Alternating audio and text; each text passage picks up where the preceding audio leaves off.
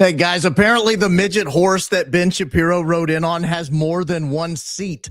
There's more than one seat in the saddle. Guys, welcome in. Apparently Alex Jones is on that seat. Evan Kilgore, Gary from Paramount has decided he would like to join in on the midget horse ride. Of course, they're all cuddling up with Ben Shapiro. Welcome in. Don't forget to hit the like button on your way in.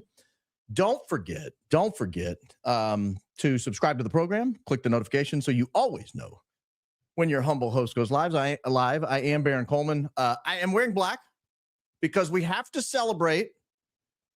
That's what we do now at funerals, right? We celebrate the life of, we're celebrating the life where this is a memorial service. What do they call it? A celebration of life of the official mainstream FedSlop narrative that was put to death over the weekend.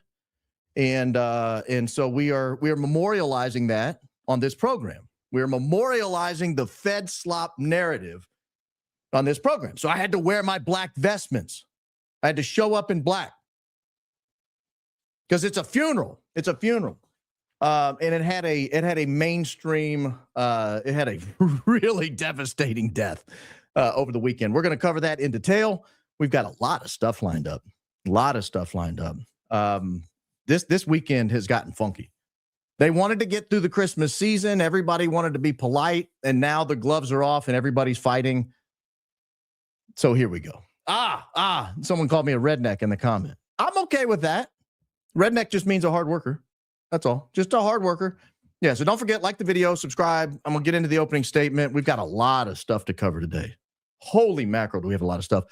During the opening statement, I'm going to take you on a tour of what's happening right now. You're going to love it. You're going to absolutely love it. So let's get into that. Actually, let me make sure a couple of settings are right here. Yep, here we go. All right, let me make sure we're good to go. I'm going to get into the opening statement here.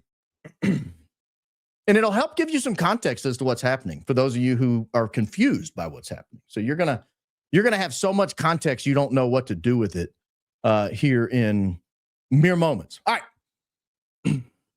There's a famous scene. This is the opening statement. There's a famous scene in political lore. Barack Obama is speaking at the White House Correspondents' Dinner on May 2nd, 2011. To fully understand the scene, you have to understand a bit of the background leading up to the scene. When Barack Obama first ran for office in 2008, he was virtually unknown. He'd only been in politics a few years. He'd spent a couple of terms as a backbencher in the Illinois State Senate, accomplishing basically nothing. And for some reason, this relatively unknown backbencher was selected to give a keynote address at the Democrat National Convention in the summer of 2004. The speech, admittedly, was quite good. People were captivated by it. It raised his profile.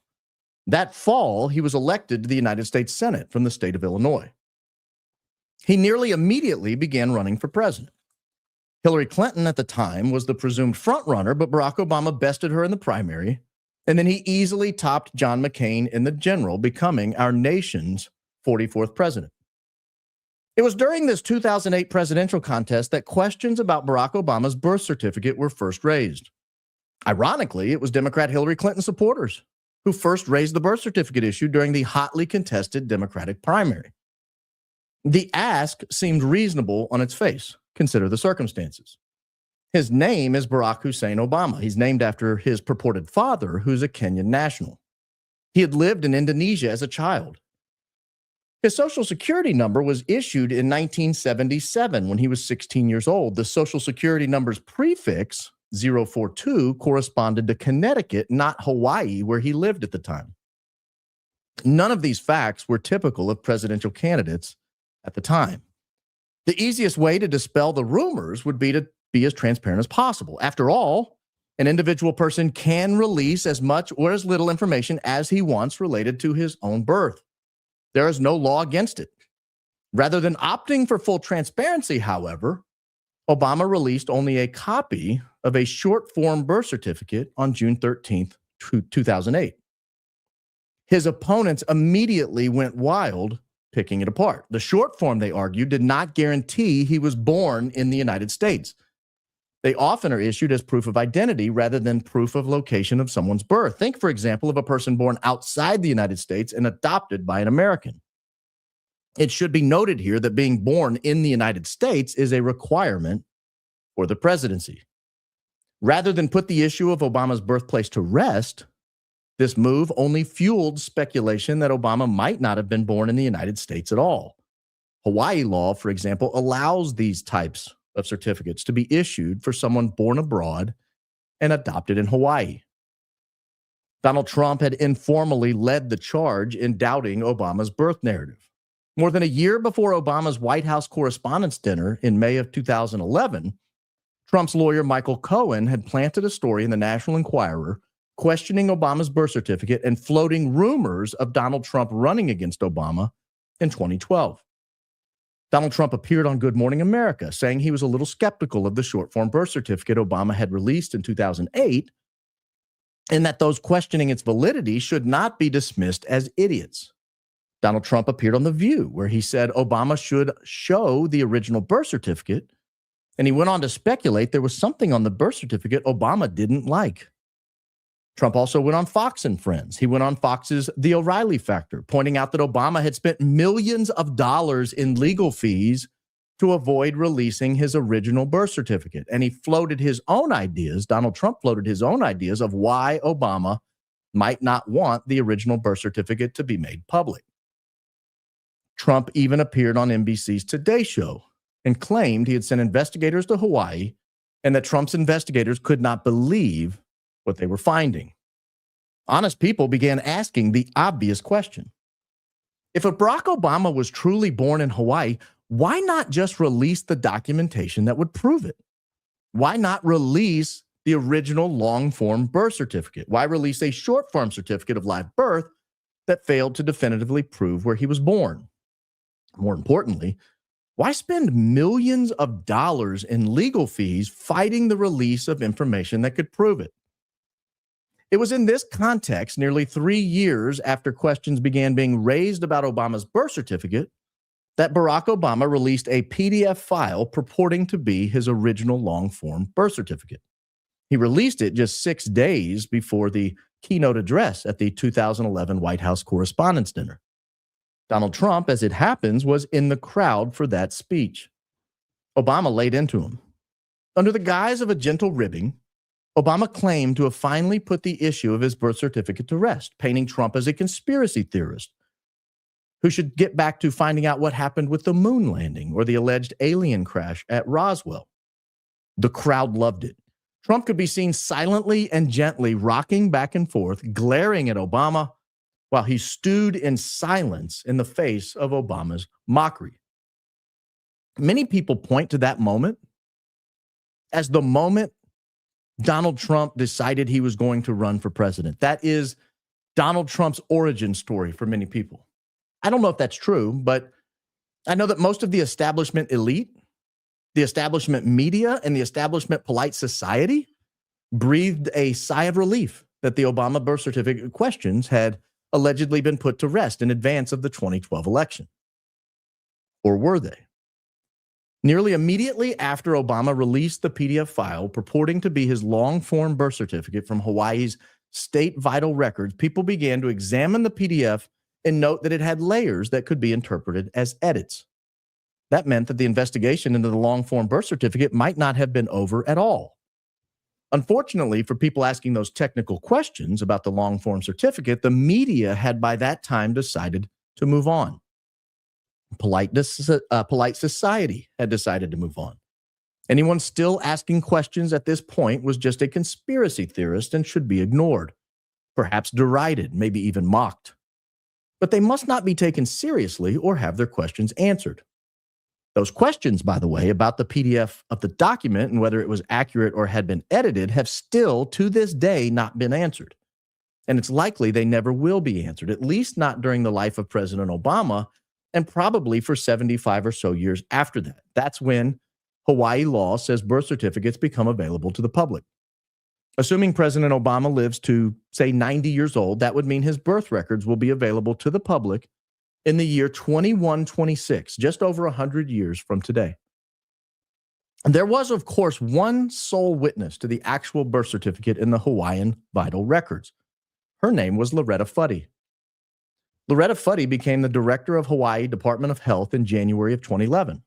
On April 22nd of 2011, President Obama sent a letter to Director Fuddy asking for a certified copy of his original long-form birth certificate. Fuddy quickly approved his request on April 25th.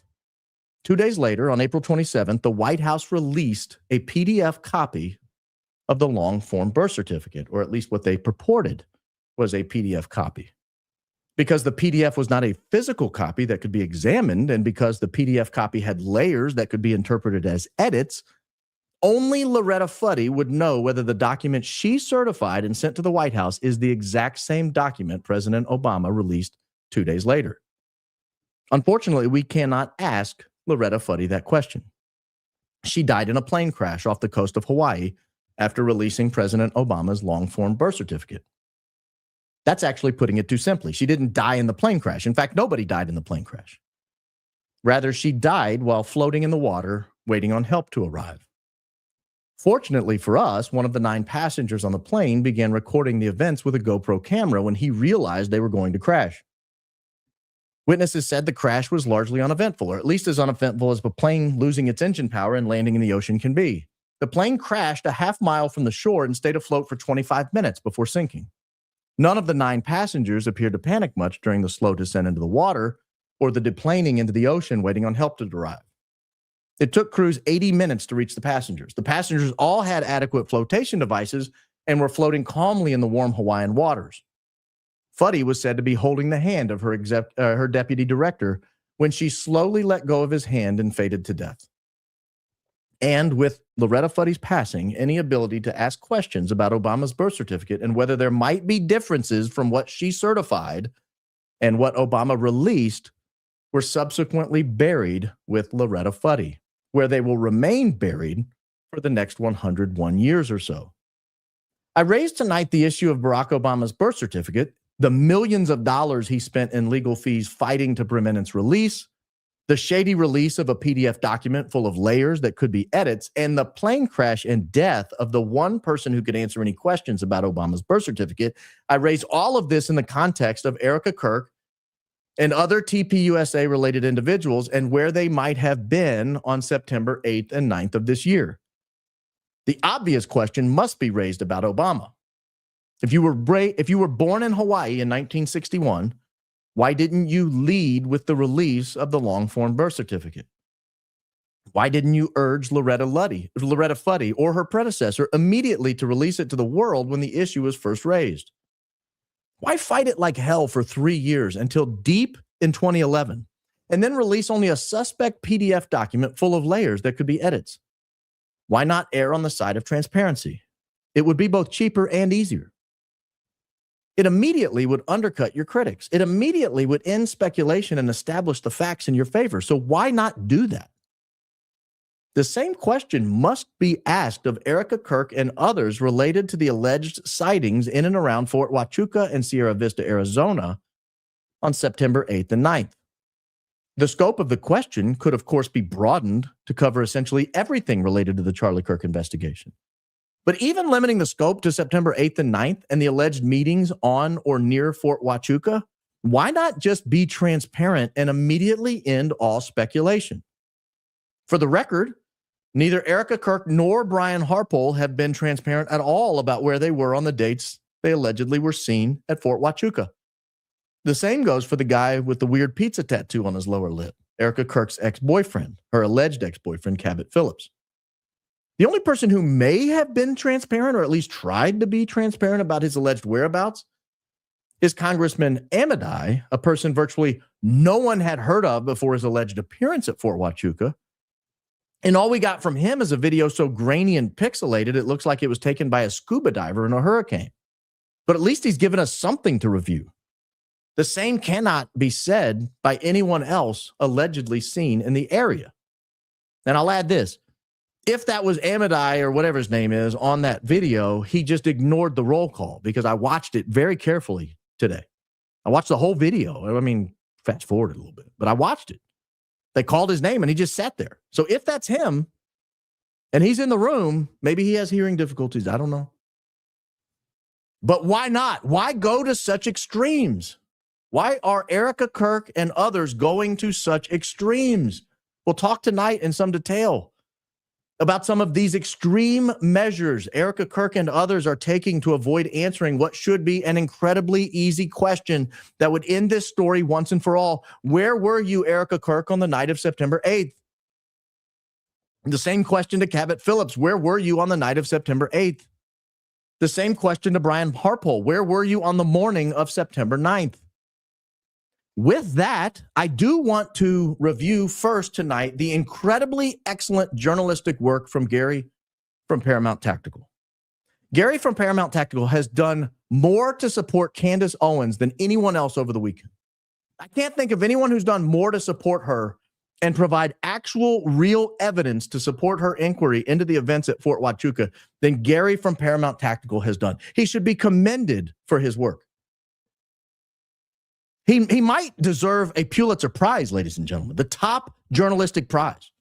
He had a live stream this weekend where he outed Andrew Govt as the lead person running a disinformation campaign.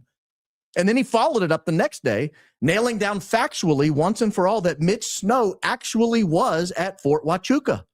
That was debatable before this weekend, no longer. Thank you, Gary from Paramount Tactical. We'll cover both of those tonight.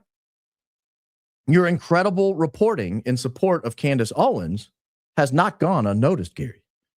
We'll take a closer look at the pictures we reviewed from Fort Huachuca on September 9th and potentially be able to answer whether the person Candace Owens identified as the VIP on SAM 702 flight that left Fort Huachuca, whether or not that actually was the person who left on that flight. I'm going to suggest tonight there's evidence it's not the same person, which leads us back to the question, who was on that flight? And we'll talk about why I believe that.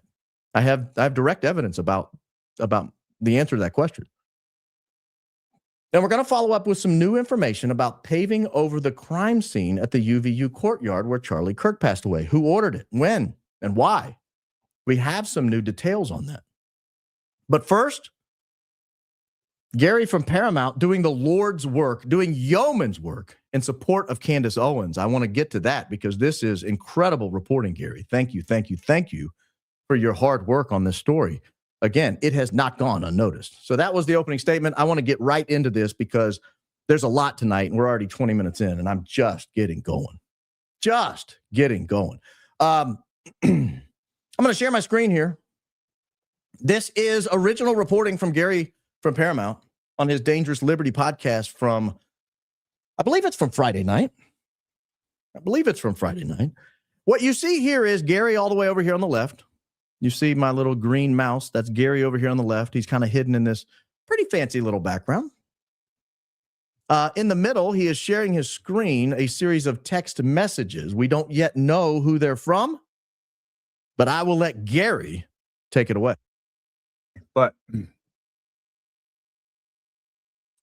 I asked him, hey, do you have proof of this? He says, but it's worth saying Erika wasn't in some fort in Tucson. The internet's gone insane. She woke up next to Charlie on the 9th, went to the office with Charlie all day, woke him up from a nap before a fox hit, went to dinner with Charlie. Literally, people are lunatics. And then the next one, I will show you guys. I want to pause here real quickly because this gets back to the exact same argument that Erika made when she was talking about not being on an Egyptian airline. No, I wasn't on Egyptian airplanes. Hey, Erika, that was never, ever the allegation. No one accused you of being on Egyptian air flight. Likewise, no one accused you of being at some fort in Tucson. Now, I understand what we'll learn in a moment. This is Andrew Govt. I understand what Andrew's doing here. He's guiding the talking points. He is directing the Fed slop narrative. Raises the question, if these truly are absolution for where Erika was that day, why are they not texting this to Candace? Candace is the one asking for it. Why are they going in front of people like Gary from Paramount Tactical? Now, I want to pause for just a second. I made a pretty bold statement a few episodes ago, and there were some people that took offense to it. I said that I would rather be guarded by Harold the computer programmer with a gun than a bunch of these beefy ex-military types or ex-cops. Those are the people who got Charlie Kirk killed. Those are the people who get a lot of people killed. And the reason is because I need somebody who's got a high enough IQ to analyze the situation and get me the hell out of there before it turns ugly. I don't need somebody who can shoot back after the shooting has started. That's irrelevant. Once the shooting starts, I'm already in a really bad position. I need somebody who can analyze the scene and say, Baron, let's get the hell out of here. This is a bad situation. You don't need to be here. I need somebody who can say the keyword into the microphone and get me out of there. I would argue that had Charlie Kirk been surrounded by a bunch of very high IQ people, he would still be alive. I think he was around a bunch of meatheads and some that weren't very bright. That's not me suggesting Gary's not that bright, but let's roll tape and all decide for ourselves. I just wanted to pause that. I wanted to kind of plant that image in your mind. So Andrew's directing the talking points here. He doesn't want Gary to show these texts to you. He wants Gary to act like these are Gary's original thoughts. He wants Gary to get on his podcast and go, guys, come on. It's worth saying Erika wasn't at some fort in Tucson. The internet has gone insane. He's wanting Gary to act like these are Gary's own words. Unfortunately, $7,000 apparently isn't enough to buy good podcasters. Oh, she woke up next to Charlie. She went to the office with Charlie all day. Woke him up from a nap before a Fox hit. Went to dinner with Charlie. These people are lunatics. She's wanting Gary to act like these are Gary's own words. How do I know that? Watch. That one, the continuation of this.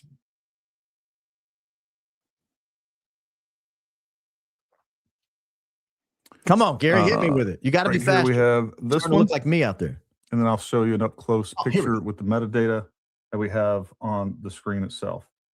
Proof, she was with her kids at 8:33 a.m. Pacific time, which again, in September, Arizona's on Pacific time.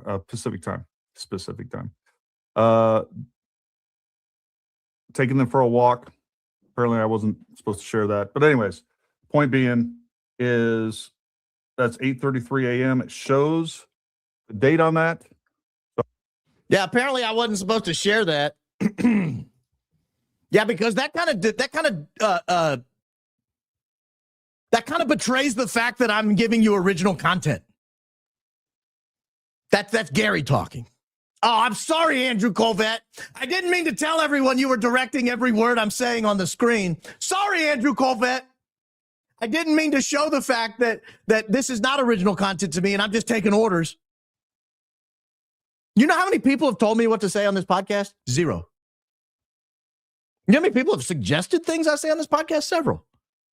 But nobody has told me what to say, and I've not done it. Nor will I. I would rather quit than have someone tell me what I have to say. I don't know why he's doing this. I have no idea why he's even getting involved in this. And I like Gary. That's the thing. I don't dislike Gary. Gary has tried to savage me time and time again. I really think he's trying to build his brand on the back of this program. That's fine. I don't dislike Gary. I really genuinely don't dislike Gary. But I think it's hilarious how good his reporting has been on this. I think it's absolutely dynamite how good his reporting has been on this. And it gets so much better. Wait until you see what he did the next night. So that's what he did on night one. Friday night, he gets on the air and he's intending to provide an alibi for Erika. What he does instead is he shares with everybody that Andrew Colvett is directing this opposition to Candace Owens. That Andrew Colvett is going around and texting his minions in the media, oh, you need to attack Candace. Oh, attack Candace. And these meatheads are like, oh, I'll attack Candace. But that doesn't even compare to what he does the next night. Because as of that night, we still don't know whether Mitch Snow,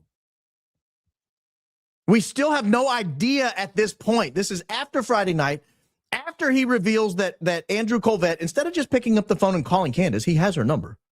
Instead of just saying, hey, Candace, have you considered this? I have this evidence. I'd like you to take a look at it. I think it demonstrates where Erika was on this day. Instead of doing that, he's going out there planting stories and throwing people on the back of Ben Shapiro's midget horse. Gary lines up to jump on the midget horse with Ben. Alex Jones jumps up to land on the midget. Evan Kilgore has now jumped on the midget horse with Ben. Everybody's lining up to get on the midget horse. It must be a hell of a ride. It must pay well.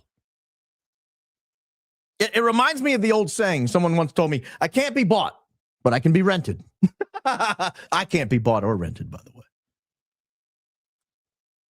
So as of Friday night, we get done with the show. We get done with Gary's show, watched it. I thought that didn't go as planned, clearly. But we still don't know if Mitch was at Fort Huachuca. So the backup here is, well, even if it's blown up that Andrew was directing this opposition, even if we betrayed our morals and we revealed that we're just Fed slop pushers for cash, even if we revealed all this, and I don't know that. I mean, I don't know that they're getting paid for this. My opinion is they probably are, but I don't know. We still didn't know whether Mitch Snow was at Fort Huachuca on the morning of September 9th.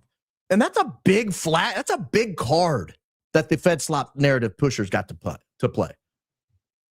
That's a big card, because at that point, if you're playing that card, you can really hold Candace to account. You can hold me to account. You can hold Ian to account. You can hold Sam Parker to account. There's a lot of people you can hold and say, you can't say what happened at Fort Huachuca. You don't even know if your guy was there. Remember, you can't believe anything he says. There was this whole weekend attempt to take him down with a bunch of women who apparently have made these same allegations, some of them against other men. It seems to be some kind of operation. And so we go to the next night, and Gary tries to redeem himself. Okay, I accidentally exposed, this is Gary talking, I accidentally exposed that Andrew Colvett was running this operation rather than just picking up the phone and calling Candace. I will redeem myself. I will bring Mitch Snow's son on and we'll trash him. I'll have his own flesh and blood go after him. You can't get worse than that. When your own child is trashing you, you must be a bad guy. You can't, nothing you say can be believed. Surely no one will believe you're at Fort Huachuca. After that, well, let's see how that went. I will suggest it did not go as planned. Security clearance. Or if he does walk into the Joint Task Force staff duty, he might end up detained and outside getting the canines called on him as per this report, which, again, I don't even know if this report is real or not. Oh, Gary doesn't know if the report's real or not. Hey, Mitch Snow's son, that's probably your indication to play into that. Lean into that, Mitch Snow's son. Let's go with we don't know if the report's real. What say you, Mitch Snow's son? There's so much craziness going on with this report. I It's mean, not a plate number. They called me on September 9th. Hold on. They called him. The Fort Huachuca called the guy. Fort Huachuca called Mitch Snow's son on September 9th. It gets worse. I want you to count the number of times Gary blinks. Watch the fight or flight response kick in. All that military training out the window the moment the kid outs you. All that military training just goes away. All the ability to withstand the pressure. All the ability to be cool under pressure, cool under fire. Watch how many times he blinks. Asking me if I knew anything about a Mitch Snow and telling me that I was listed as his number one emergency contact. And I just remember sitting there for like a minute, like, I don't know a Mitch Snow. I don't know why I'd be on somebody's emergency contact. Did you see the big breath?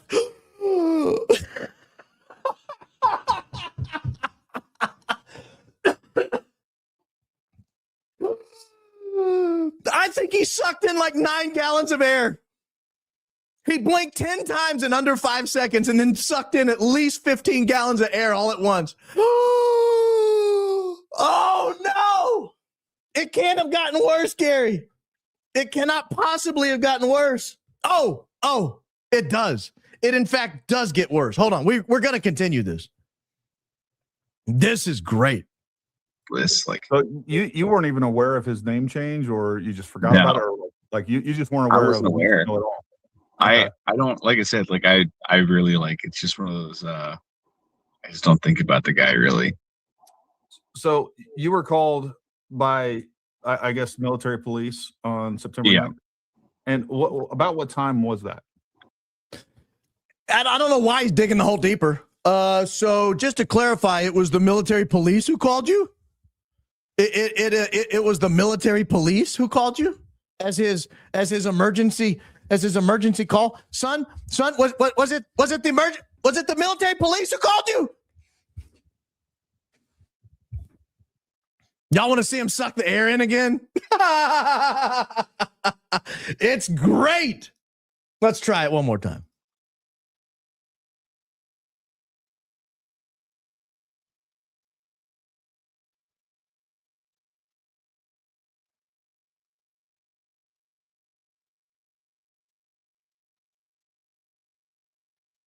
Hey, remind me never to hire Gary to be my lawyer. Hey, Gary, when you're in a trial and your witness is sabotaging you, don't ask him to repeat the testimony that just crushed your case. True story. This is a true story. I was representing a nurse in a medical malpractice case, and she showed up to work drunk, and it had a really horrific outcome where a patient died. And I told her, I said, listen, the only thing we need to accomplish is you leave this deposition, and don't you ever mention that you were drunk or late to work or weren't feeling well. Just now, if they ask you, you got to be honest. You're not going to lie to people, but you're not going to volunteer anything. Oh yeah, no, I would never. So they ask you what time you got to work. I got there at 8:15. Don't tell them you were due there at 8. Yeah, got it. If they ask you what you had for breakfast, just tell them. I had eggs and bacon, whatever. Don't. Oh, y'all couldn't see the replay. I'll play it again in a second. Don't mention anything. Okay, yeah, got it. We did the fist bump. Got it. Yes. Old gal walks in. We're going fine. What's your name? Tell me about your schooling. I'm like, we got this. This girl's cool under pressure. They immediately ask, what time did you get to work that day? I got there about 8:15. I was supposed to get there at 8. Normally, I got there about 7:45. I was late that day. Let me just tell you, I was so hungover. I was so drunk the night before. We didn't get in till 1:30 in the morning. And I'm like slowly sliding under the table. I'm like, no, what are you doing? That's how Gary just felt. But I wasn't stupid enough to go ask her to repeat it. I wasn't so stupid to ask her to repeat it. All right, I forgot. I didn't go back far enough here. Oh my gosh. Gary, this could not be going worse. Let's go back to the giant breath. I apologize. I'm getting way too out of control. I will slow down. I will be more professional. For this report, which again, I don't even know if this report is real or not. There's so much craziness going on with this report. I mean, it's plate number. They called me on September 9th. Did you see how big his eyes got? Oh, they did. Boy, Gary, that's when you should have interrupted. We'll get to that in a second, Mitch Snow, son. Give me just a minute. We'll get there. Hold on. Hold, please. Stop talking, Mitch, son. Asking me if I knew anything about a Mitch Snow and telling me that I was listed as his number one emergency contact. And I just remember sitting there for like a minute, like, I don't know Mitch Snow. I don't know why I'd be on somebody's emergency contact. There was the breath.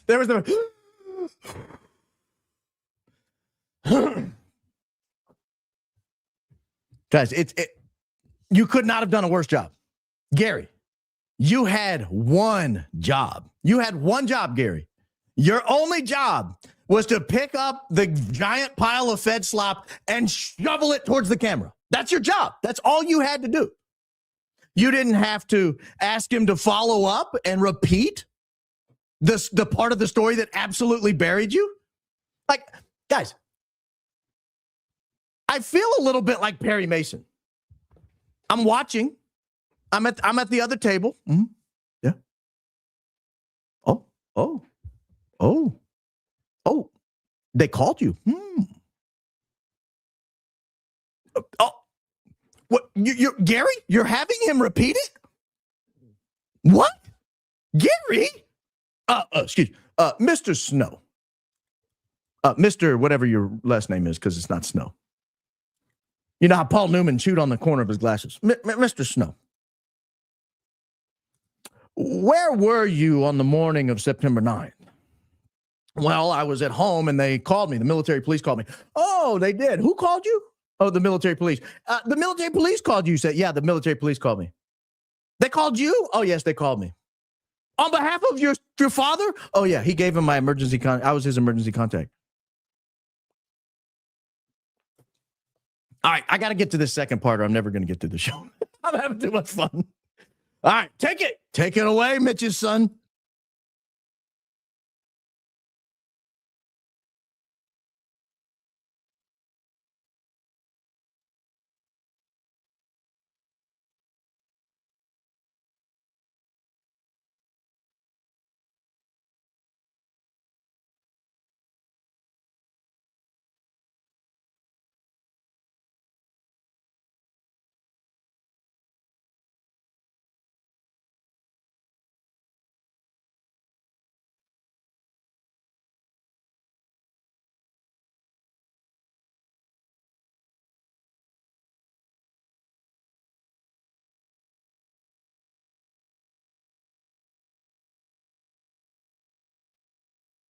All right. Oh, I did it again. Oh, no. My wife got onto me the other day. She said, you've got to stop playing videos they can't see. You've got to stop playing. You're embarrassing the family name. She said something like that. I'm not sure the exact words she used. She told me basically I was a bad podcaster. No, she didn't. She would never say such things. All right, let me get to you. I will allow you to see it. The only reason I'm playing this part is because Gary, once again, for the third time, goes back through the process. They called you. I mean, it's like he can't get over the fact that he's burying his own case. Couldn't agree more. God always had a plan. So I looked it up. September 9th, it was around 12:30 that they called. 12:30. And what time zone are you on? I'm in Pacific Standard Time. Okay, so that would have been Pacific Standard Time too. Because Arizona in September is basically on Pacific Standard. Gary, stop. Stop doing this. You're hurting yourself. Your job was to come on and try to defeat Candace's position. So they called you at what time? What time did they call you? They called me at 12:30, and you're on what time zone? 12:30 Pacific time. Oh, well, we'll educate the audience just so they have additional backup. We'll educate the audience and let them know that that Arizona's also on Pacific time. Isn't that right, Mr. Snow's son? Isn't that right? Mm-hmm. That's right. Gary, leave this to the professionals. Go back to shooting guns. Go back to angles and 30-06, or is it a 300 Win Mag? Was it a 300 blackout? Go back, Gary. Stay out of it. And if you are going to get in it, don't come after me. I'm just trying to get to the truth. I'm just trying to figure this out. I'm going back like I did to Barack Obama's birth certificate. Why don't you just tell us where you were? Like, why are you hiding your birth certificate? Why are you making it so difficult to track down where you were on September 8th and 9th? This shouldn't be that difficult. This should be something fairly easy. Here's where I was on the night of September 8th. Here's who I called. Here's who I saw. Here's where I was. Here's some camera footage from my Ring doorbell camera where I came in. This isn't difficult. Dude, everywhere in the world right now is on camera. Like that's a bad thing generally. I'm not in favor of that. But if you're accused of being at Fort Huachuca on September 8th, that's actually pretty nice. That's actually kind of nice. It's sort of nice that you can just go look at the tape. All right. I want to go. I want to leave Gary alone. Gary, I appreciate it. Thank you for your service. Excellent reporting, sir. You helped us establish first that Andrew Colvett at TPUSA is leading an organized FedSlop campaign to try to undercut Candace's reporting. It's failing. It's failing miserably. Everything they touch turns to rust. So that's the first thing you did. That was Friday night. Excellent work. Again, Pulitzer Prize winning stuff. Number two, you proved beyond a reasonable doubt that Mitch Snow was in fact at Fort Huachuca the morning of September 9th. That really helps us nail down the fact that, half the story is now taken care of. Now all we have to know is he lying to us about seeing these people? That's possible. Is he mistaken? Did he see someone that kind of looks like Harpole, someone who kind of looks like Erika, someone that kind of looks like the congressman, but is actually not them? That's possible. Or did he see them? Had they come out immediately and said, no, here's where I was? I probably would have thought the guy's just a kook. Like or maybe he's just mistaken. And we would have all moved on with life. But that's not what you guys let us do. Instead, they clam up. They say nothing for weeks, days. Then they leak out stuff that's totally worthless. Brian Harpole leaks out I'm bleeding. Brian Harpole leaks out a plane reservation. I mean, guys, you know how many plane reservations I've had for planes I didn't get on? Lots. Someone at work books you a plane. I showed up at the airport not terribly long ago, and I gave him my ID, and I had to get taken to the side and talk because I had 2 flights booked that day. But going to the same location, 2 different airlines. One was Delta, one was American. And they were like, well, why are you booking 2 flights? I didn't promise you I didn't intend to do that. Someone at work booked the flight, and obviously they got it wrong. They forgot they booked it, or they didn't. Maybe they meant to cancel one and rebook it because they were saving money. I don't know. I just know they told me to show up at 5 till 10. I showed up at 5 till 10. I gave you my ID. That's it. That's all I know. That doesn't mean I was on both flights just because I had emails that said I had both flights. That's nonsense. It's absolute nonsense. So we're going to get off the back of Ben Shapiro's midget horse for a minute. We've got real work to get to. Look, we're trying to advance this story. We're trying to figure out what happened. We're trying to figure out if there was a meeting at Fort Huachuca, and if so, who was there. This is like an important piece of the investigation right now. This is an important piece of this investigation. I want to remind you one of the facts of this investigation. This is the SAM flight that took place that day. I will make this a little bigger for you so you can see it. This is the September 9th flight from Fort Huachuca to El Paso. It leaves at 11:43 a.m. Can you guys see that, or do I need to make it even bigger? I'll make it as big as, I made it smaller. Okay, there we go. It's as big as I can make it without it getting smaller. So this is the flight, September 9th from Fort Huachuca to El Paso, and then from El Paso back to Joint Base Andrews. So this is the flight right here that's in question. The question everybody has is, who was on the SAM flight? And if you guys have not been watching, if you don't know what a SAM flight is, if you haven't watched Candace explain it, if you haven't watched me explain it, I'll very briefly tell you what it is. Very, very briefly tell you what it is. A SAM flight is a special air mission. It is a super VIP. A SAM 702 flight is a super duper VIP. That's a very high-ranking federal official. This is chairman of the Joint Chiefs of Staff. This is a member of the Joint Chiefs. This is a very, very high-ranking person.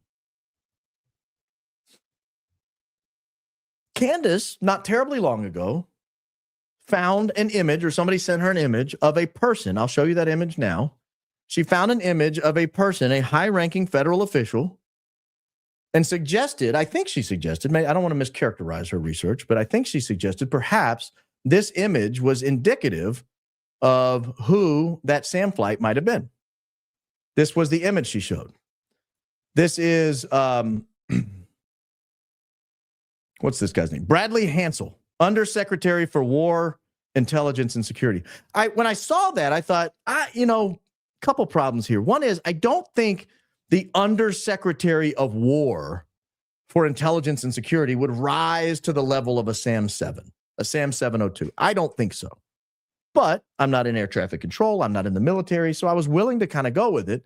But as I clicked around the flights, I noticed something with these shadows. They didn't look right to me. They looked too high. And I am a vitamin D junkie. I'm a vitamin D junkie. You're going to find very few people that have the higher vitamin D levels than I have. Vitamin D3. When I get my vitamin D levels tested, doctors blush. They say, how do you have such high levels of vitamin D? They act like it's poisonous. No, it's not. It makes you smart. Makes your bones healthy. Makes your lungs work well. So I have very high vitamin D levels. So I pay attention to the sun. I know about the angles of the sun. I know that this flight took place on September 9th, and I look at the shadow coming in here on this, and more importantly, I look at this image, and I see the shadows here. That sun is very high in the sky. That sun is very high in the sky. So I went to the altitude and azimuth detector that the United States Navy puts out, and I looked at the altitude of the sun on September 9th, and I realized only after noon, after 12, could the sun possibly be that high. Only after that time could the sun be high enough to produce these very sharp angles. Well, the problem is that flight allegedly left at 11:43 a.m. I don't even want to say allegedly. That's when the flight record suggests that flight left. Hold on, I got to address this. Sun does not cause cancer. Vitamin D deficiency causes cancer. Get your vitamin D. Now, if you go out and get your sunburned, if you get sunburned all day, every day, yeah, you're going to have problems on your hand. But if you have very high vitamin D levels, your cancer rate's probably going to be pretty low. But that flight, that SAM 702 flight, took off too early for the sun to be that high. Because in order for them to be on that flight, they can't be standing out there at 11:43. That flight is taking off at 11:43. They have to have boarded the flight 10, 15, 20 minutes even before that. Now you're at 11:30. They wouldn't be just standing out here. They'd be heading over to the landing strip. So now you're at 11, and the sun is just not high enough to produce those shadows. So I mentioned this on my last broadcast. Somebody much smarter than I am decided to look into it, and they did the math, and they figured out the angle of the sun based on the shadow lengths. And what they found is I was right. The sun would have to be after the flight took off.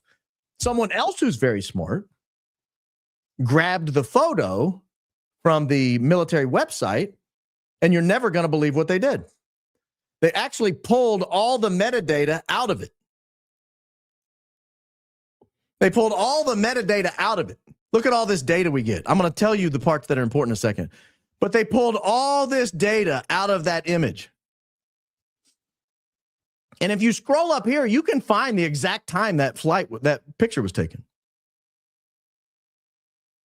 That picture was taken, where did it go? Right there. This is the create time right here. This right here is the create time. And you can even see when they edited it. They modified it. They edited it right here. So when was the photo taken? It was taken at 1910. You subtract 7 hours for the time change. That's 2:00 in the afternoon. If you look at the modified date, if you go by that instead, they've already subtracted the 7 hours. That's your -7 right there. You look and see it's 1:54. So by either measure, 1:54 or 2:10, this image was taken according to the metadata that was uploaded with the image to that website. According to that metadata, it was too late. According to the metadata, it was too late. The flight was already gone. Which raises the question, if that guy was not the SAM 702 flight, who was it? Because now we no longer have a fairly innocent explanation that we have a deputy under whatever of the Department of War for this or that, who is at Sierra Vista as at Fort Huachuca for a fairly benign reason. No, we don't have that anymore. This guy wasn't on the flight. If that metadata is correct, this picture that we were just looking at was taken after he left, after the plane left. So whoever was on that plane that flew from Fort Huachuca to El Paso could not have been that guy, if, again, the metadata is correct. I have no reason to believe that. I have no reason to believe that the metadata was incorrect. And so I think it remains a live issue. I understand Candace's reporting. I understand why she said that, but I think we remain an open, live issue. Who was on that flight? Who was the SAM 702 on that flight? I think it's a live issue. All right. I want to move now. Well, I want to set this story up before I go too far on it. Someone in my email says, hey, I think I know the people who were involved. And I don't want to say where this person works, but it may become pretty obvious here in a moment. I think I know who was involved in paving over the crime scene at the state level. This was a week or so ago. And they gave me 4 names. They gave me the names. Let me pull the names back up. I'll give them to you. I don't care. I'm not hiding these names. They said that they believed the 4 people involved in the paving were director of DFCM. This is the Division of Facilities and Construction Management, I think it is, for the state of Utah. They said the director is a guy named Andy Marr, and they gave me his cell phone number. They said he, I believe, is involved. The second name they gave me was a guy named Matt Boyer. Matt Boyer. He's the deputy director. They gave me his cell phone number. The third person they said was involved, again, their words, not mine. This is allegations. The third person they said was involved was a guy named Guy Wayman. Guy Wayman is the Capital Improvements Central Project Manager Level 1. That's the name they gave me. I don't know who that is, and I don't know if that's accurate, but they gave me his name and they gave me his cell phone number. And the fourth name they gave me, these are names of people who from the state of Utah allegedly were involved in paving over the crime scene, paving over the exact plot of grass where Charlie Kirk was neutralized. That's now paved over. I'll show you an image of it in just a moment. The fourth person they said involved was a guy whose title is Capital Improvements Statewide Paving Program Manager, Tim Christensen. Now, again, I don't know if any of these people are involved, but they gave me their cell phone numbers. I'm not giving those to you. I sent all 4 of them a text. The text said, I'm not going to read the whole thing. My name is Baron Coleman. I host a regular show on YouTube. I'm wondering if you could provide some background on a story I'm covering related to the paving project at the UVU Courtyard. A podcast from last week states with certainty, and I'm going to play this for you, that UVU was confused by the project and said the project was pushed by DFCM. This is the Division of Facilities and Construction Management, I think is what it's called. And that UVU was not pushing for the paving project. I plan to go forward with that information on my podcast. I'm happy to hear from you if that information is incorrect. Here's my channel for reference purposes. I'll go live at 6 p.m. Sunday night. So I send that, and I wait to hear back. Now, I will give you background. I've called a lot of people in preparation for this show. I've not told you all the people I've talked to because a whole lot of them said, please don't tell anyone we've talked. And I'm not going to do that. But I've called a lot of people. I've texted a lot of people. I almost always get a response. Almost always. There's a couple of people who have not responded. None of these 4 people responded to me at all. Again, this is Director Andy Marr. Director Andy Marr. I'll show you an image of him. And he was just appointed to this position July 17th of this year. This is Andy Marr, the new DFCM director for the state of Utah. Pleasant looking gentleman. He been there for years, but he just got appointed as the new director on July 17, 2025. That's when this story came out.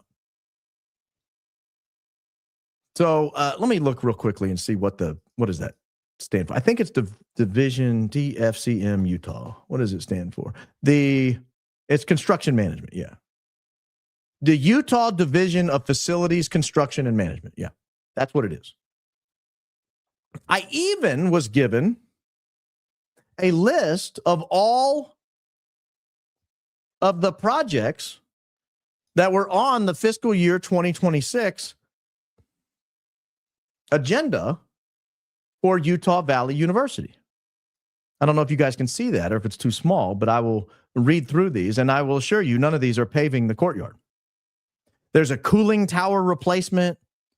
There's an upgrade in the Sparks Auto building to LED lighting. There's electrical upgrades to replace an open terminal 12 kilovolt transformer in the Browning administration building. There's some cracking and sealing of a parking lot. There's some air handler upgrades, phase 2. There's some landscape redesign of a steep hill landscape redesign, the 4th level of North whatever. There's an emergency power study. These are all approved in April of 2025 for fiscal year 2026. This is all of them that were approved, and none of them were paving the UVU courtyard. That came after. And if you look, there's all this stuff that has to be done all over the state that this division is. This is the fiscal year 2026 capital improvement project. None of these are pave over Charlie Kirk's crime scene. None of them. I even got on the Wayback Machine to see if they'd changed it out. No, they hadn't. It's the exact same document that was uploaded for the first time back in April. And here's where this comes in. Here's where all this comes in. I was even given this. This is great. This is a copy of the org chart. You want to see the org chart? This is it. The people that I was looking at, this is Tim Christensen down here. He's somebody that the name and cell phone I was given. Guy Wayman right here. Matt Boyer, Boyer, probably no relation to Tyler Boyer. Or is that his name, Tyler Boyer? And then Andy Marr up here. So those are the 4 names and cell phone numbers I was given. Whether or not those are accurate, I don't know. But this is somebody who has contacts in the org. That's all I'll say. Somebody with contacts in the organization feeds me this information. And so I'm watching Jason Goodman because I just get addicted to certain people. And I like Jason Goodman's style. I like his delivery. I enjoyed him when he was live all the time with John Cullen back in the day. Now watch what he says here. This is the area. This is the crime scene. He's standing maybe 4 feet to the right. I mean, I think Charlie Kirk, see this gigantic thing right here, this gigantic tan looking pot. This is probably closer to where Charlie Kirk was actually standing or actually seated. This giant column with the yellow no smoking sign right here. That's the middle of the amphitheater. Charlie was actually off center. He wasn't in the middle of the amphitheater. Had he been in the middle of the amphitheater, I don't think a shot would have been able to be taken. There wouldn't have been a clean line of sight, I don't believe, from the Sorensen building, at least not from the position the guy was seen lying prone in, even though I don't believe he was shot at all anyway. But I think Charlie Kirk was actually right here. But this is all paved over now. This is the project we were just talking about. Somebody authorized this. Somebody not only authorized it, but then put a bunch of potted plants there to make sure you can't move any of those pavers around without being seen. Something's being covered up here. I don't care who you are. That's pretty obvious at this point. In my opinion. Allegedly. So let's listen to what this guy has to say, because I had been sitting on this information of those 4 names and the cell phone numbers. I wasn't sure what to make of it. I wasn't sure if it was just like an ex-employee who was angry at the division director and just wanted me to harass him. But listen to what this guy says. This is a guy named Cub, C-U-B. I don't remember his last name. Cub was the guy who took the image that we've all seen from the left-hand side of the screen. Like if you follow this guy this way and you come out of here on the left and you keep going, he was kind of seated right over there. And he's the guy that you can see where when Charlie Kirk falls over after the Big Bang, you can see behind the stage as the people kind of tend to him. This is the guy who took that image, and he's talking about it, and he has some contacts at the university. Here's what he has to say. Listen to what he has to say about this paving project. This hit me, and that's when I decided to reach out to these people. But, you know, everyone's asking about this. Everyone thought it was UVU. I found out that it was the DFCM. What is that? Division of Facilities Construction Management. They're the ones that push this concrete pad through. You know, we do some commercial roofing work here, and I was told that I don't want to mention any names, but Here, let's step over here so we're out of the wind. I don't know if you could hear that. It's a little windy there. Yes, the trap door is still there.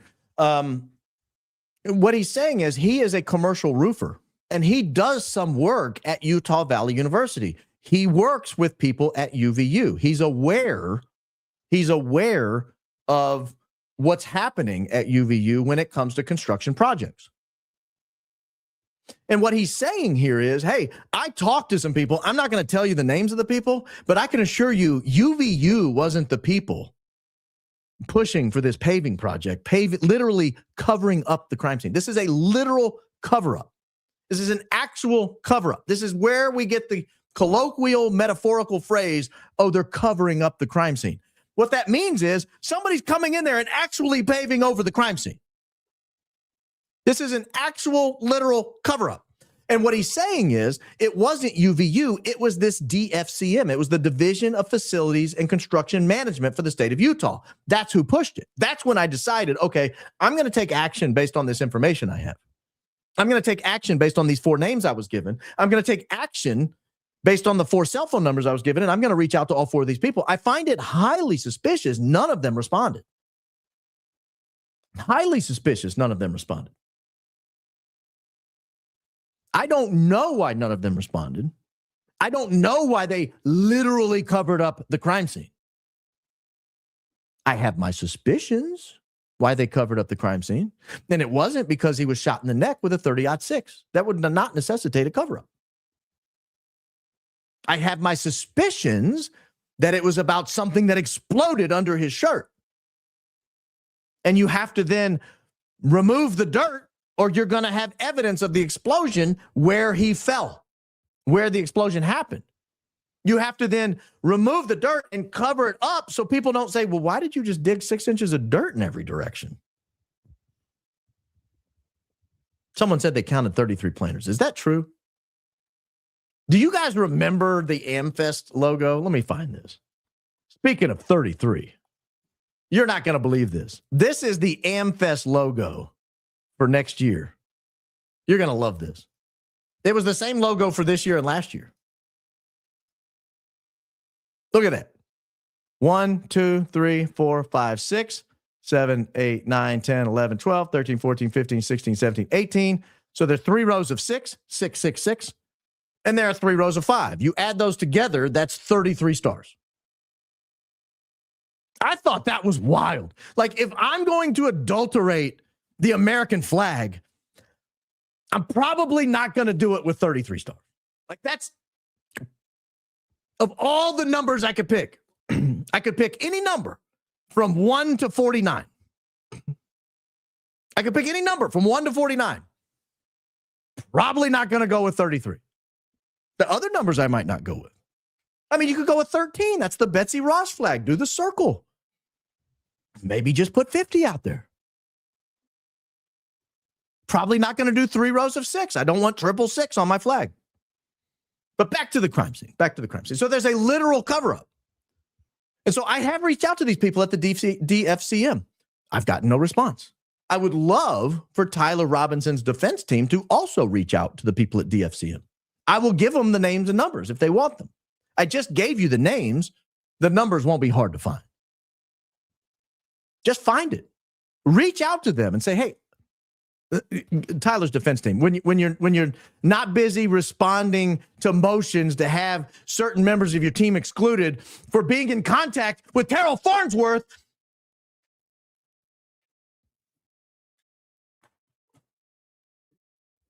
and being a cousin allegedly, when you're not responding to motions for that, maybe you reach out to the Division of Facilities and Construction Management at the state of Utah and say, hey, why did you guys pave over the crime scene? What was that all about? Why would you do such a thing? That looks foolish. It seems awfully weird. All right. I had one more. I'll do it. I've got one more. I have no idea why this is going viral right now. This is from a month ago. This is from November 24th. It's now December 20, whatever. But this has gone crazy on X the last few days. And so I'm going to bring it up, and I'm going to answer what I think happened. Final story of the night. This is, where'd it go? Here it is. This is Erika Kirk in a weird lace outfit. In my opinion, wholly unsuitable for mourning, but that's irrelevant, I guess, to the inquiry. On the Megyn Kelly show back in November, this was pre-Thanksgiving. Here she is describing how her healthy, virile, young, 31-year-old father of two was asked by his billionaire donors what would happen if he happened to die in the near future. It's been in August, before all this happened, he had a event where he had some donors at, and one of the first questions they asked was, God forbid if something happens to you, like what would happen next, the turning point? And Charlie made a really interesting point. He said companies, example, Apple, Macintosh, he said they're founder-led. He said, but what I have built will one day, if I'm not around, be vision-led. And he had made mention at the end, Erika will do a great job running it. Okay, first, I don't believe that last part. I don't believe for a second he said that. I don't believe for half a second he said, and Erika's going to be a great job running it. The evidence we have that he never said that was the fact that he never let her do anything like this. She was never being groomed to be the next CEO. This is not part of it. But let me ask you a question, ladies and gentlemen. When's the last time you were in a room with a 31-year-old and asked what would happen if they died? I'm not talking about an 81-year-old. I'm not talking about an 81-year-old where you look and see, geez, Jim, you're still the CEO of your company and you're 81. You've sort of outlived the median life expectancy here in the United States.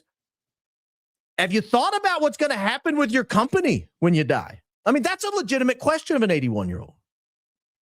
That's a legitimate question of an 81-year-old.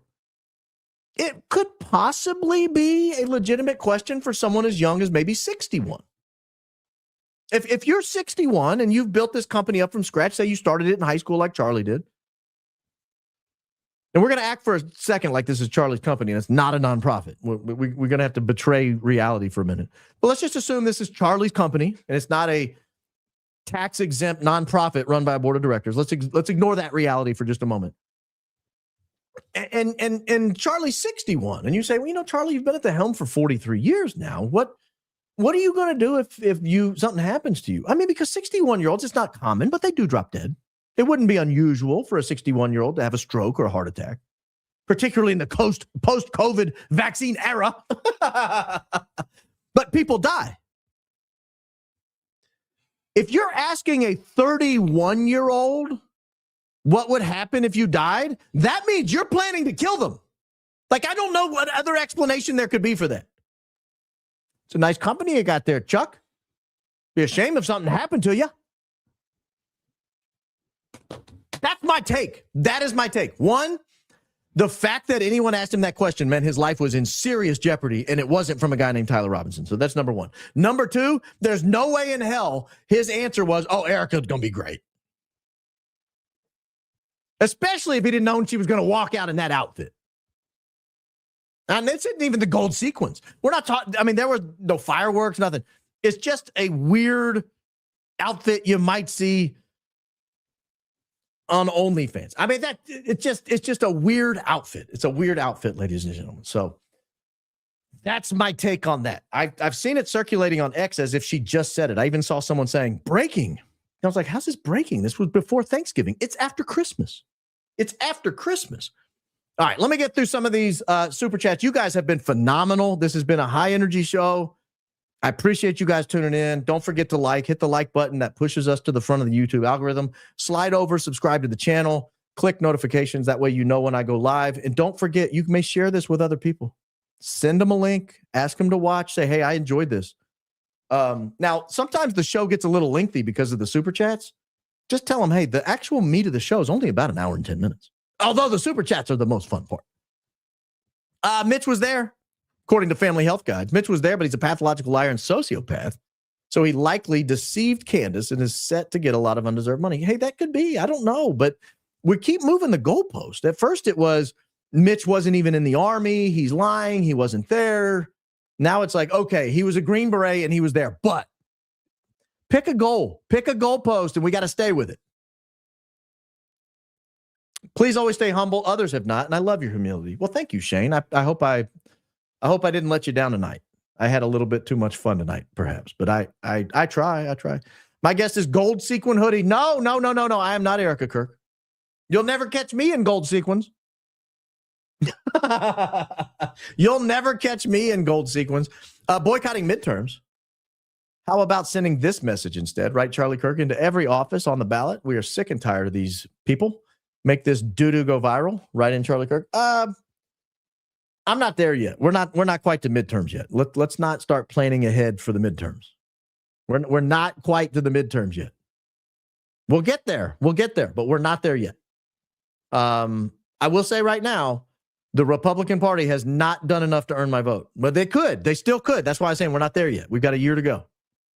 But right now, they have not earned my vote. Right now, I might stay home.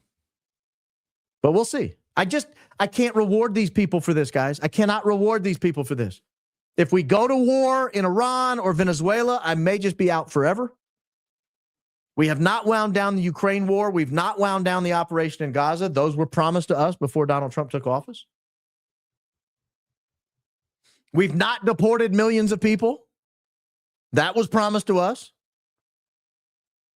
Prices are still high. Interest rates are still high. That was promised to us. We were getting a lot of promises, and they've not yet delivered. We've not gotten the JFK files. Those were promised to us. Alien files, though we've not gotten those. Not sure those exist, but whatever. We've not gotten any of them. Now we've got a Charlie Kirk cover up on our hands. Merry Christmas, Baron, mods, and crew. Sorry to miss the show. Visiting family in Bermuda. All the way in Bermuda, man. You got good internet in Bermuda. You could watch. Christ is King, go back. Yes, sir. Absolutely, 100%. Thank you, Ivan. Curious, Joel, pair of small testicles, is embarrassing himself. Pair of small. Oh, Paramount Tactical. Let's not be ugly. Is embarrassing himself. Well, he certainly didn't have his greatest weekend, but we don't want to be judged by our lowest moment. I read the articles detailing your case a while back and found out there's nothing sketch or incriminating. How could he not do the same? He's definitely twisting the info. Yeah, he tried to attack me for something that took place in my life more than 10 years ago. And I've not shied away from it. There was a legal case I was involved in between the Attorney General of the state of Alabama and the Speaker of the House of the state of Alabama, and I found myself in the middle of it. I was called in to testify and told the truth. I mean, what does he want me to do? Lie? Yo, BC, when you getting the Rumble channel fired up, YouTube ads are killing me. It's in process. I've got it reserved. I've got plans to get the uploading going. Once I get all the old content up there, then I'll start putting the new content up there simultaneously. So stay tuned, Judge. Stay tuned. I will be up on Rumble hopefully by the end of the holidays. Das Green, is it possible Tyler Robinson could walk if they can't prove shooter? As I don't think he was charged with conspiracy. Wasn't the charging part of why Casey Anthony wasn't convicted. God bless. I'm not really that familiar with the Casey Anthony case. I know she lives around me and people see her around town all the time. The local Facebook groups get all bent out of shape every time she shows up at a Taco Bell or whatever. I'm not super familiar with why she wasn't convicted. But they can still amend Tyler Robinson's charges, and they haven't even had a preliminary hearing yet. Like, they haven't had a probable cause hearing yet. So this is very early on in the Tyler Robinson saga. Baron, follow Lionel Nation. You two remind me of each other, both attorneys, history of broadcasting, great storytellers, mature, rational. He's awesome too. Hey, he's a dirty little secret of mine. I watch a lot of Lionel Nation. I do. He had a little 30-minute clip today or yesterday. I watched it today, but I don't remember if he put it up today or yesterday. I like him.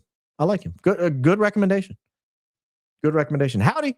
It's almost certain that when the authorities delay a release of video evidence, they're actually redacting and doctoring what they can safely show the public and make it align with the disseminated narrative. I agree with that. You're probably talking about the Barack Obama birth certificate, but that goes for a lot of things, including the video evidence of the alleged shooter on the roof of the Losi Center building. That was delayed a while, and then when we got it, there were zooms and edits. So you're right. Christ is King, Shoe Lady, Roll Tide. I'm going to let you pass on the Roll Tide for now, even though your Crimson Tide play the Indiana Hoosiers in the Rose Bowl coming up. I'm going to let you buy because you paid $100. I'm going to let you have it. Former athletic trainer here. I have a theory that, thank you, Roll Tide lady, for that generous donation. Former athletic trainer here. I have a theory that Charlie Kirk's posturing could be due to a TBI, due to the large force of blow to his body. If the explosion theory is right, direct blow to the head isn't the only etiology for brain trauma. Okay. Yeah. This is why we investigate. I'm with you. Let's put all the information out there and see what comes back. I'm not an athletic trainer. I have no medical training, no formal medical training. Thank you for that generous donation as well. Baron, if I lived in Utah, I'd visit UVU with double stick tape on my shoes. There has to be plastic fragment somewhere. Thanks for standing up for Charlie. God bless you, Christ is King. I'd rather take a bomb dog out there. I have tried to find one in Utah that is available.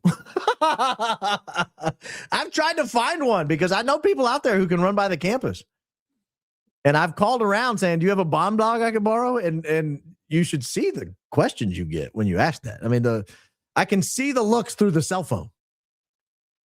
It's a lot of, I get a couple of those. I got one of those. I heard somebody gasping for air when I asked one time. So yes, Kathleen, go for it. Go for it. Don't contaminate it though. If you get a hit on your double sticky tape, don't touch it with your fingers.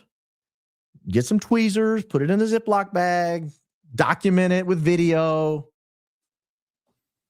Love and light from Australia. As a DV survivor, I'm horrified that the fundraiser for Mitch is still active. Kudos on the booze. I'm 16 years sober. Yeah, I was 3 years sober yesterday. 3 years sober as of yesterday. 16 years sober is amazing. I'm sorry to hear about the domestic violence abuse that you suffered. That's horrific, as it should be for anybody. Mitch's story is rounding out. Some of the people who are making some of the allegations have some very suspicious allegations against other people. This seems to be a pattern. So we've yet to get to the bottom of that. I don't think any abuser should be given money, but, I'm not controlling that either. So, take it up with the donors. Take it up with the donors. Obama doesn't even go here. Everything is fake and gay. Go Max. All right. I'll allow it. I would love to help you organize a serious, accessible timeline. Data nerd here. Do I have a poor timeline? My timeline sucks? Is that what you're telling me? I don't know how to keep a tidy timeline? I'm going to act for a moment, Aaron, as if you're not insulting me. I'm going to act as if you're not. Email me, Aaron. Email me. Timeline. All caps in the subject. Timeline. realbaronpodcast@gmail.com. Changed your handle just for me. Van Allen Radiation Belt. Yes. I commented on it time and time again. I think Michelle Obama should release his birth certificate too. Talk about Big Mike. You talk about Big Mike. Be careful. Love your show and your enthusiasm. Curious if Tyler Robinson's lawyers have access yet to evidence. Specifically autopsy. I doubt it. I have zero trust in anything in there being truthful. If his lawyers felt the same, can they ask for their own to be conducted? I don't know Utah law. I think they probably could get a second opinion, but I don't know Utah law. They certainly could have the autopsy reviewed. Whether or not they could have a complete autopsy conducted, I mean, we're 4 months post date. I don't know where Charlie is. But I don't know Utah law on the dates of discovery and when everything has to be turned over or not. I know that they haven't had the preliminary hearing yet, or they haven't had the probable cause hearing yet. And it would be a little unusual if there was if discovery was complete by now. I would say that would shock me. Do you have any theories on how all the FedSlop triggers might be connected, or could it all be random? Rob's old sermons, the Lil Macron, Egypt Plains, Fort Huachuca, Exploding Mike. Thank you for being our North Star. Obsessed Sports, great question. Your questions are always keen. I don't have a theory of everything, if that's what you're asking, how we connect everything. That's not really my role. I think we've done a good job in this investigation of everybody sort of staying in their lanes. Candace is sort of raising really big issues that then put out smaller sub-issues to be investigated. For example, she raised the Fort Huachuca meeting. I was able to track down some additional flights. I was able to track down, again, the timing of the photograph here. So there's a combination of original reporting on certain issues and amplification of others. And I don't know that I'm the person right now to put all that together. I certainly am not going to touch the little Macron. I don't even want to see it. I don't want to see it. Where's Dan Flood? I don't know. Oh, Wolves and Finance put out a great video today. I was going to do a little piece on that, but time. I only have so much time. And I figured a million other people are going to cover that. So it was all over Twitter today. It was a great video if you've not seen it. Wolves and Finance does a good job. Bayron. I don't have my search history turned on for YouTube. Last week when I searched your name, I had to enter BARO before your name popped up. Tonight when I searched, I only had to enter BA. Next week, B only. Love you. Hey, love you too, Molon Labe. We're doing our best. We're doing our best. The show is advancing. It is growing by leaps and bounds, despite the jealous haters pulling at our heels, trying to build a brand off of our success. That's what's happening over at that other place over in West Virginia. People are trying to build a brand off of us, and we're not going to let it happen.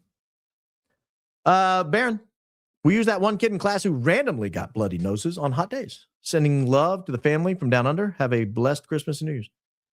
We use that one kid in class who randomly got blood. I don't know what that means. But blessed Christmas and a happy New Year's to you from down under. I only know one phrase in Australia. I know a knife. That's the only thing I know how to say in Australian. I not a knife. There's a knife. Outside of that, I don't know. Big Daniel Ricciardo fan, though. Big Daniel Ricciardo fan. I find it so comical that you have a picture of Andrew Jackson on your wall. I graduated from Andrew Jackson High School in Lancaster County, South Carolina, and he was awful. He was awful? What are you talking about? Dude's a goat. You must not know much about Jacksonian democracy. He is a goat. I mean, no more awful than anyone else who lived at the time. We don't judge people by today's standards. Otherwise, we would say every historical figure who lived before like 1994 was awful. I mean, you should have heard Bill Clinton, some of the things he said. George Bush, well, they were awful, but you get my point. You get my point. Living for his glory daily. It's a good pattern. To all of us seeking the truth about 9/10, without wood, a fire goes out. Noise dies without oxygen. Starve the distractions. We don't fight to win arguments. We fight to reveal truth. Stand firm in the light. Thank you, Baron. You're welcome. Doing my best here. Thank you for that generous donation. Thank you for that very, very generous donation. Thank you for such great work, Baron, truly. Well, Mrs. Miller, thank you. $10.99. Are you going to send me a $10.99 for that $50 donation? Please don't. YouTube already sends the $10.99. I don't need one from you as well. Mrs. Miller, if that is your real name.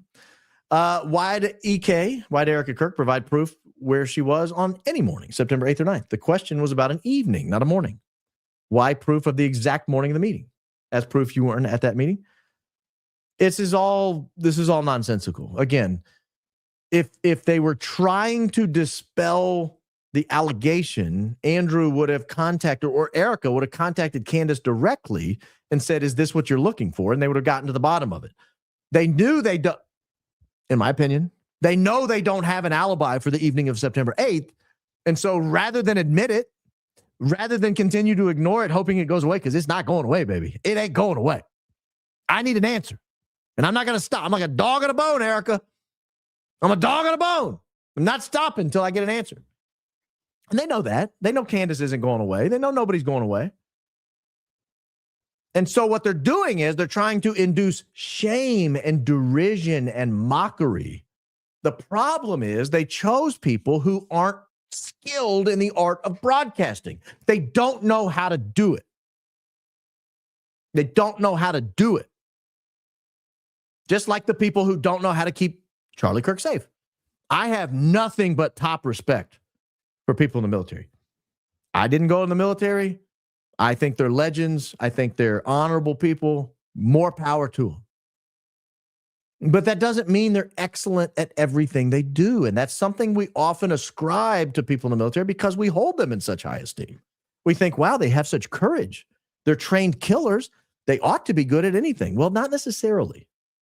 Not necessarily. Might not be great broadcasters at times. Might not be great interviewers. Might not understand how to develop a story. Might not be able to keep a man alive who's under your care. I love the effort you put in, all this research, but until we get a Department of Justice to do the right thing, it's just going to be whatever the elites decide they want us to know. God bless. You keep in mind, though, this is not a federal court case. This is a state of Utah court case. And so it may not be up to the Department of Justice. If we could find some honest, honorable people at the state of Utah, and I get a lot of emails from people from Utah that say they live in like a Soviet satellite state. So it's possible that that's not going to happen either. But I don't want to lose that. I mean, Cash has his own problems when it comes to Charlie Kirk investigation, but the state of Utah can look at the crime scene. Like they're allowed to go back over there and examine the crime scene. Gary Going Max, a legend, as Ian would say. Yeah, Gary did. Oh man, he was a legend. We would not be this far along in the investigation at what happened at Fort Huachuca if not for Gary. Gary pushed that so far. Gary made it so relevant. Fort Huachuca is 10 times as relevant now as it was Thursday before his last two broadcasts. He was amazing. Great work. Ian Carroll. Watching this program, I feel like a kid meeting my hero. Shill's working harder than any of us to expose the truth out there this week. We got to level up our game if we're going to compete with the skills of Gary and Loomer and Erika Kirk in 2026. Well, what they have that we don't, Ian, is unlimited resources, apparently. You know how expensive it is to get every podcast in America, almost every podcast in America, shilling the same message? That's not cheap. I didn't get my check, Ian. Did you get your check? No one paid me. Thank you. That was an incredibly generous donation. Ian always comes through strong. Thank you. Gary rubbed me wrong when he was dismissive of Blake Bednar's a while back. Agreed. He didn't do Blake right. But Blake's a good guy. Is Blake get everything right? No, none of us do. But he didn't deserve that derision either. His rubbing continues. Wonder what he's making. Go Baron. I wait impatiently for each episode. Well, thank you, Edge. I too wait impatiently. You know the urge I had to go at like noon today, and then 2, and then 3, and then 4, and then 5. To have to wait until 6 o'clock, it was something. I was pacing all day. I don't think I would have had the same energy at 2 o'clock. Wow, TJ, thank you. 200. Another great show. Thank you. We are at a critical juncture. We all need to support the few remaining truth tellers. I agree with that. I genuinely agree with that. There aren't many of us left out there. And we're not getting $7,000 per message from, these Fed sloppers. And honestly, I mean, it's hard to compete. It's like an avalanche.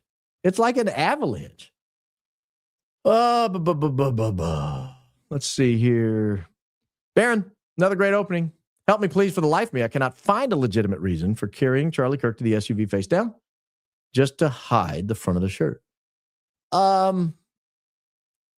Yeah, he was more like this. So like if this is his belly button and this is his spine, he was more like this. And this is his his right arm was hanging down this way and his left arm was kind of tucked up. So it's kind of like that. But yeah, it's I can't find a legitimate reason for moving a man with a giant hole in his neck and potentially broken bones in his neck. I'm old school. If I have a giant hole in my neck and broken bones, please, by all means, stop the bleeding and get some professionals involved. It's probably my best chance of surviving. Watching you in 1.25 speed and you wiggle even more. I used to watch Gary, found you via his stream, honestly. Oh, Gary, thanks. Appreciate that. Haven't watched him since his Brian Harpole interview where he gave him all the answers. I never even watched that. That's how little faith I had in those two. I watched Sean Ryan do the interview, and I frankly lost a lot of confidence in Sean Ryan that day. But yeah. Did I tell you, I don't know if I shared this with the audience. Someone sent me a 3+ hour live stream of mine on time lapse distilled down to like 30 seconds. I mean, I was all over the place. It was bonkers. I thought I should give a trigger warning, like a epileptic episode warning before I go on. I moved too much. 50 E-bucks. Have you seen Nick Shirley exposing 200 migrant outposts in New York City? Does America realize it is under a seeping siege? Very same operation being rolled out in Europe and Ireland, World War III, encroachment, takeover. I've not seen that. I have not seen that. And I'm making a mark of it now. I'll take a look at it. That sounds interesting. I didn't know that. We had 200 outposts. Do people not have conversations with people prior to going live so they can vet the person so there are no surprises? Look, there's no rule in interviewing people against leading questions. This is not, we're not compelled to follow the federal rules of evidence here. You're allowed to bring on your own witness and then lead that witness. That's what I don't understand. Like if you have a critical witness that you're trying to set a specific narrative, that's why the federal rules of evidence prevent you from leading your own witness. You're allowed to lead on cross-examination, of course. That's the nature of cross-examination. If the other side puts up a witness, you can lead them all day long. Yes, no questions. Basically, I'm testifying. You're just saying yes as I go. Actually, on cross-examination, if the court will permit it, they don't always, I will stand between the jury and the witness. And I will face the jury. And I won't even look at the witness. And I'll just testify. And the witness just says yes. You know Mitch Snow? Yes. You're his son? You didn't know him as Mitch Snow, did you? You knew him as such and such. You didn't even know he changed his name, did you? In fact, he changed his name and didn't tell you, did he?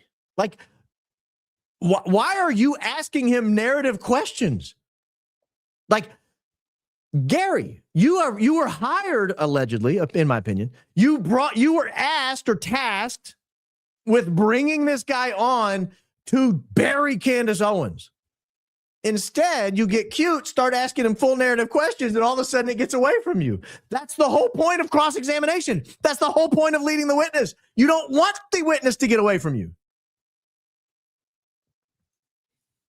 Gary and Nate are proof you shouldn't use bore cleaner in confined spaces.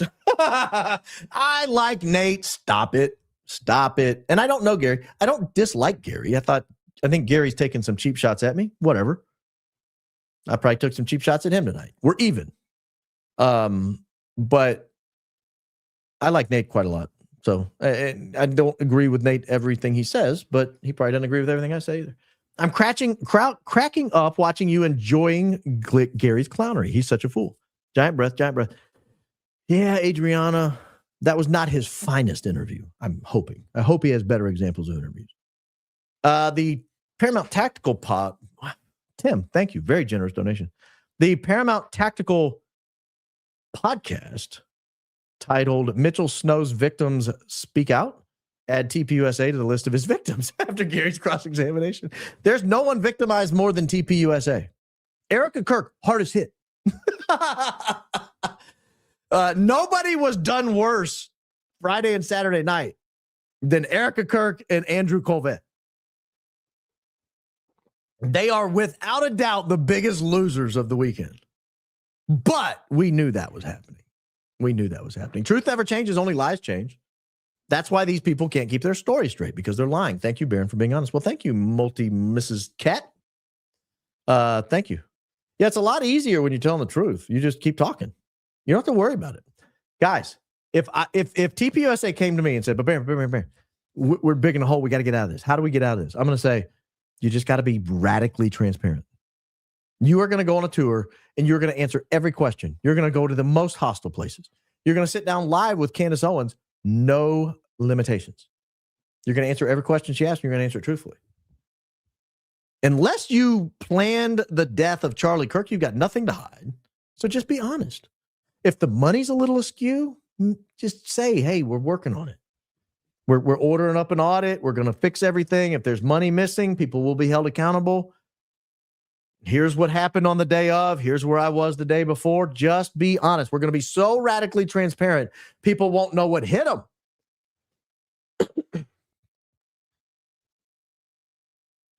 Harpole on Sean Ryan said a nurse helped wash his face and gave him blue scrubs to wear. Blue scrubs.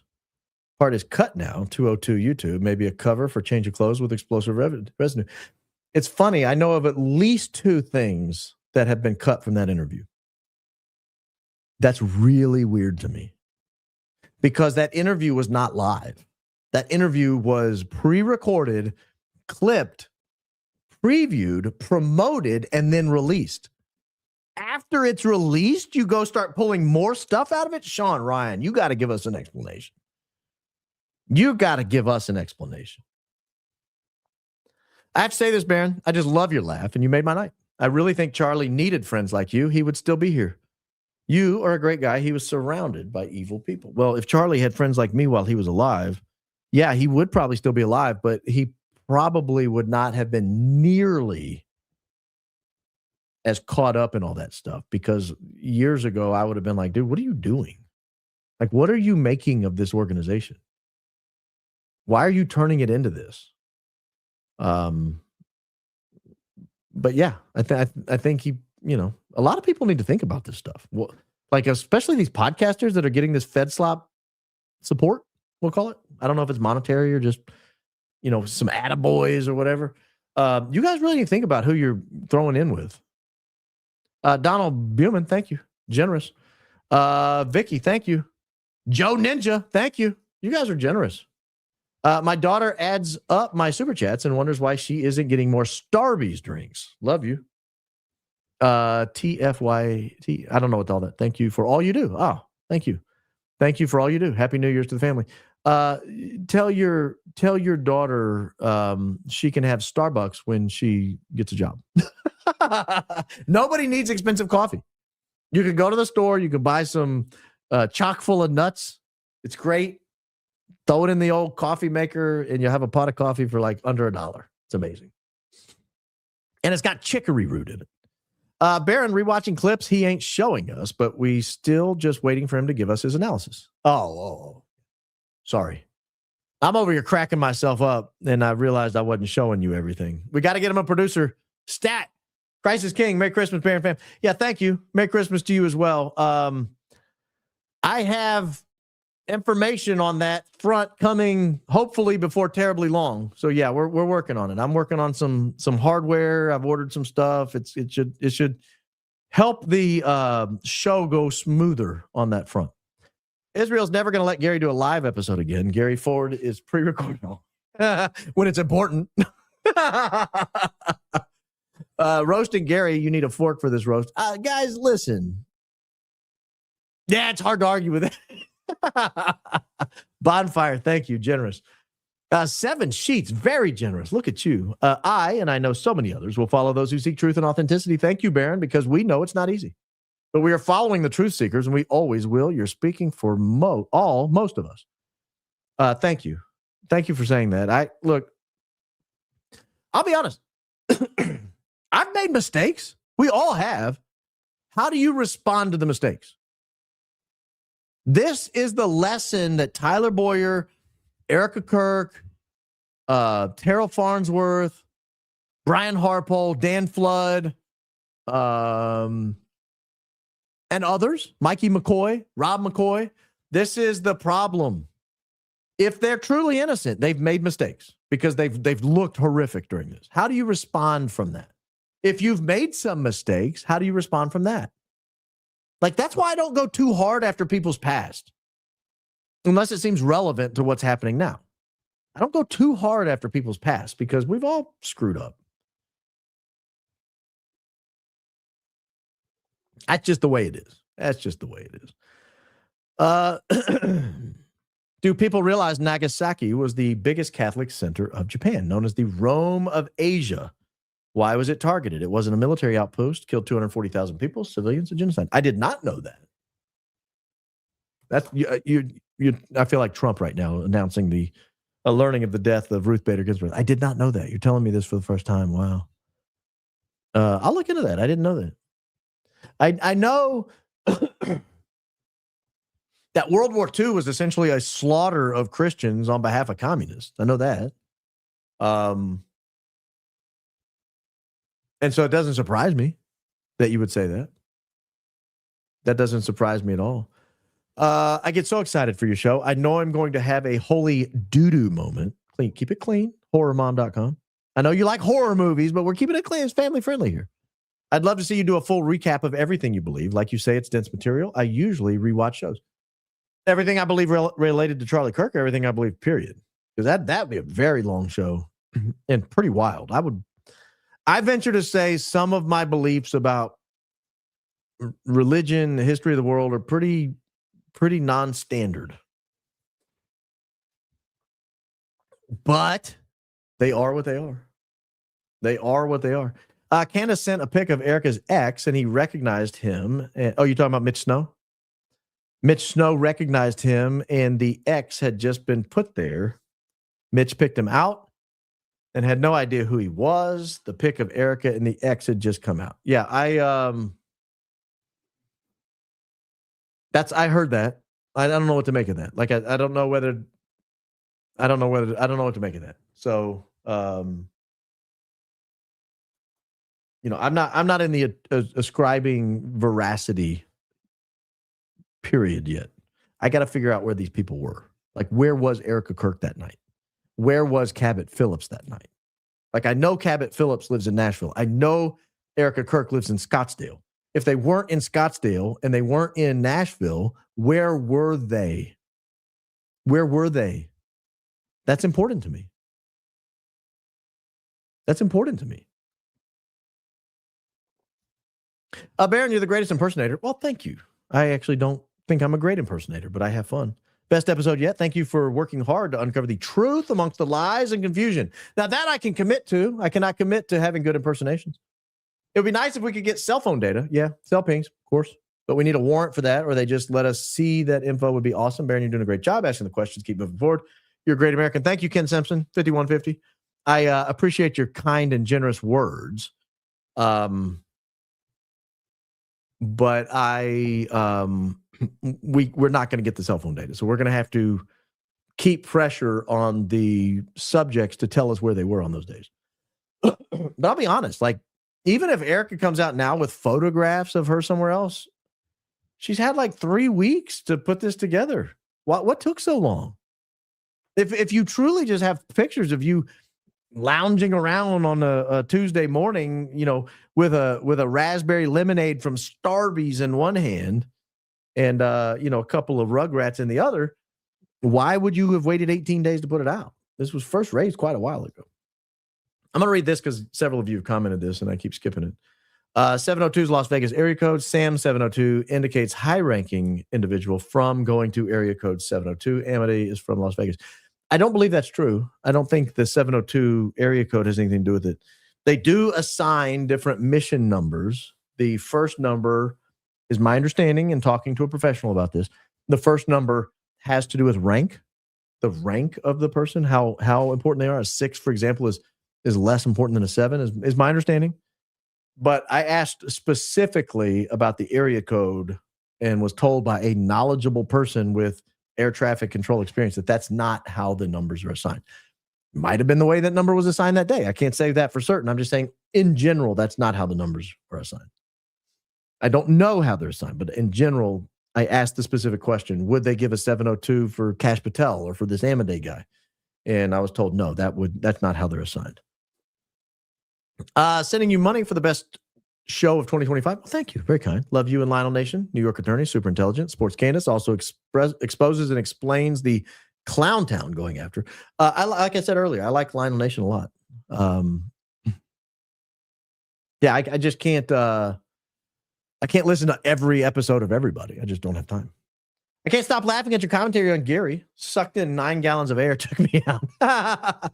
Permission to clip and spread this far away. I do click the button allowing people to do clips. That's fine. Doesn't.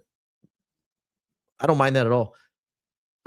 Maybe don't attack Gary with it. Don't post it directly to Gary's page or tag him or anything. But if you want to have fun with it, that's fine with me. This reaction needs to be a meme immediately. That's fine. Yeah, like I said, I always allow clips. I think I always allow clips. Arizona's not PT. He keeps trying to explain PT, Pacific time.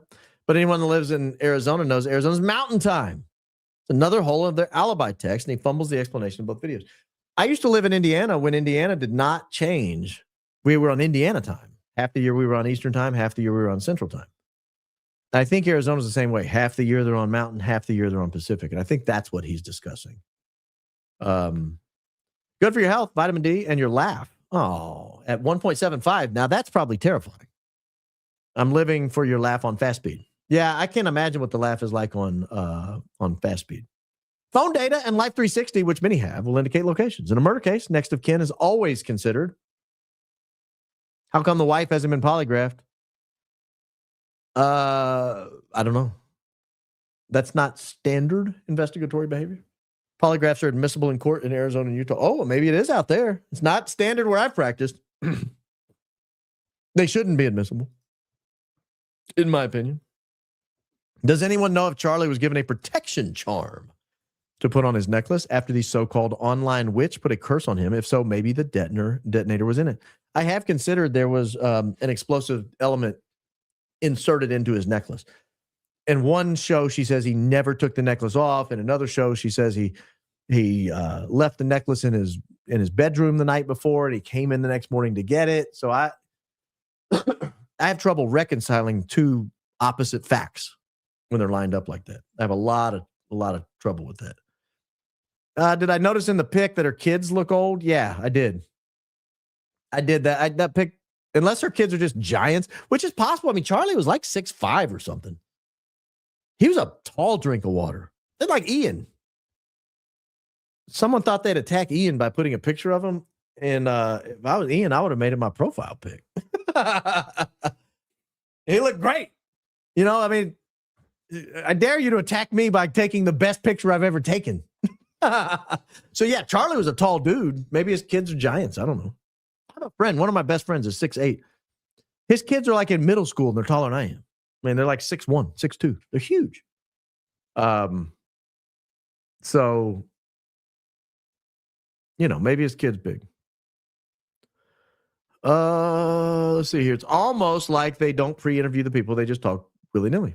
A little pre-planning. It's almost like, just bring them on and fumble. All of them unprepared. Why? Because they're not good at it. They're not prepared. They're not professionals at interviewing. Interviewing is a particular skill. You don't just bring someone on and start yapping. Especially when they're an important interview. That kid should have been pre-interviewed. There should have been like, I'm going to ask you this, and then I'm going to follow up with this. Are you okay with that? What are you going to say if I ask you this? Otherwise, why are you bringing him on? Why are you bringing on the son of Mitch Snow if not to devastate the story of Mitch Snow? You build up all week how you're going to just destroy Candace, blast her out of orbit. And then you bring him on, and it's a dud. It's an absolute dud. There's no nuke. You fired the shot, and it was like, bing, and it fell to the ground, harmlessly to the turf. They're not good at it. That's why. They're not professional broadcasters. Guys, it is so much harder than just turning on a mic, sitting in front of a camera, and entertaining people. There is a level of professionalism. That's why some people do well and some don't. I appreciate your work. I've never been in a situation where the names of family members repeat in so many different scenarios. Farnsworth, Boyer, Neff. Is it a boomer and millennial power play? Keep in mind, and now I've heard of this and I've thought of this. There are a lot of Farnsworths.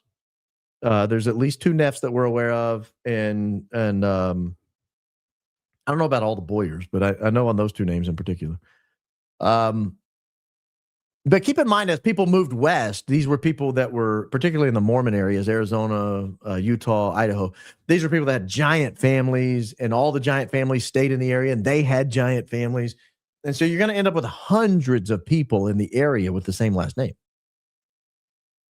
So that's, they might not be as close as you think. Maybe they are. Fact check. Nate said Mitch was probably there September 8th.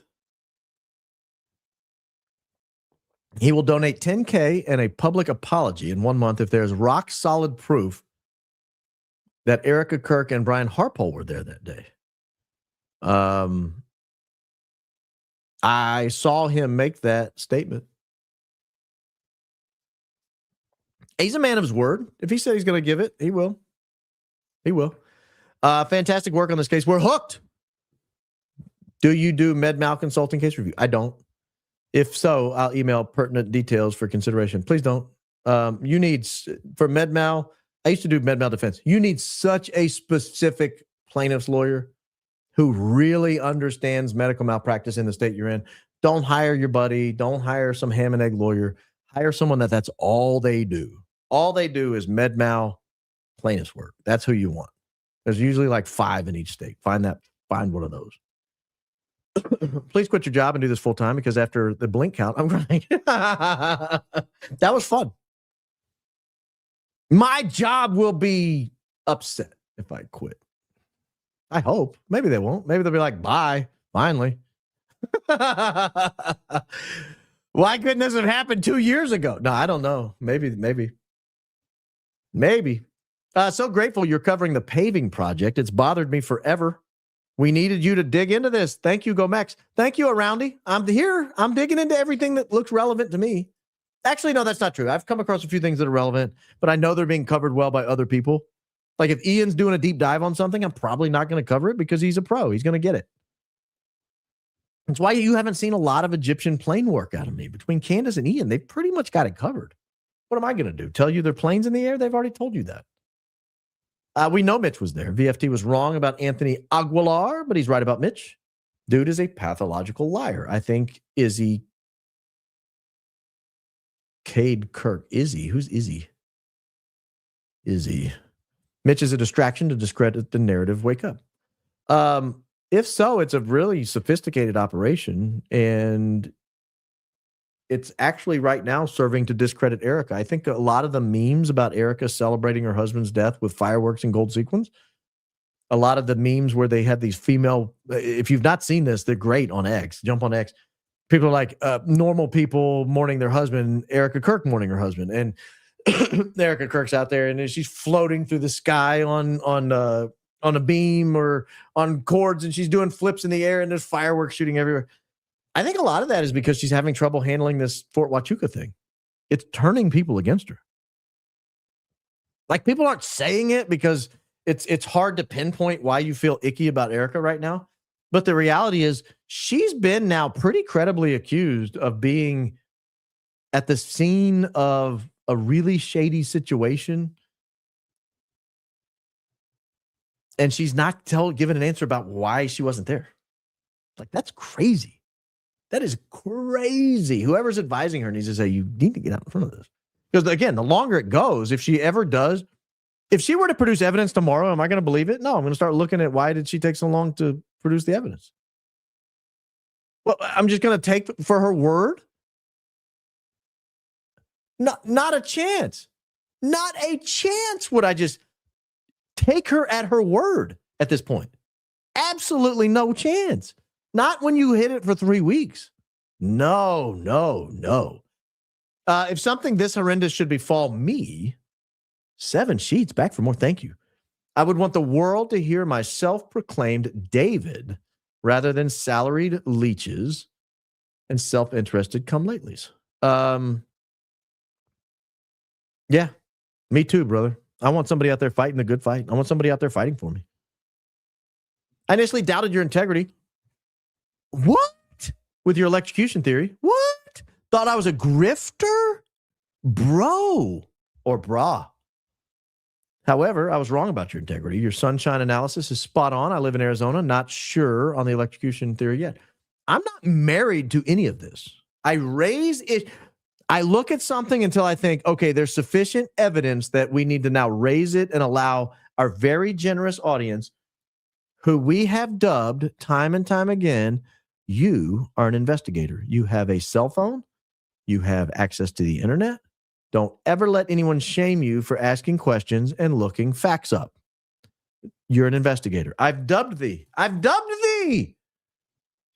There's enough to the electrocution theory that it needs to be examined. There's enough to the exploding microphone theory now that it needs to be examined. There's enough now to the Fort Huachuca theory that it needs to be examined. That's all we're doing. Hi, Baron. Thanks for all you do. My question is, why all the plants? Did you notice they were dying? Maybe they're having seizures. I spot a new camera under the bridge, too. I didn't spot the new camera. A lot of people have asked for that footage from under the bridge, and they will not provide it. I did notice the plants look dead. I attributed that to the fact that it's at elevation in Utah in the middle of the winter. I mean, I don't know what kind of plants they were. I could kill any plant. My wife and I were joking about that the other day. We went to someone's house and they had a plant. And she was like, you remember when we had one of those? It lasted like a day. I don't know what it is. We look at plants and they die. I like you, Ian, Valhalla, and Candace Owens. I think all are asking good questions. I don't trust or like Mitch at all, but his past doesn't discredit if he saw what he claims. It does make me suspect of his story, though. Well, everybody should be treated the same, especially eyewitness testimony. It should be pressed and tested. This has been pressed and tested, and they're not answering it. Thank you, Hard. Thank you, UFO. Could trained dogs sniff out the chemicals used in the mic for any plastics? I would think so. I am not a professional dog handler, keep in mind, but I would think so. I would think they should be able to. Danny, thank you. Generous. Cub mentions the back camera, but Jason said he requested the footage and was denied. Yeah, that's what we were just talking about. Is UVU hiding that too? How many characters in this plot?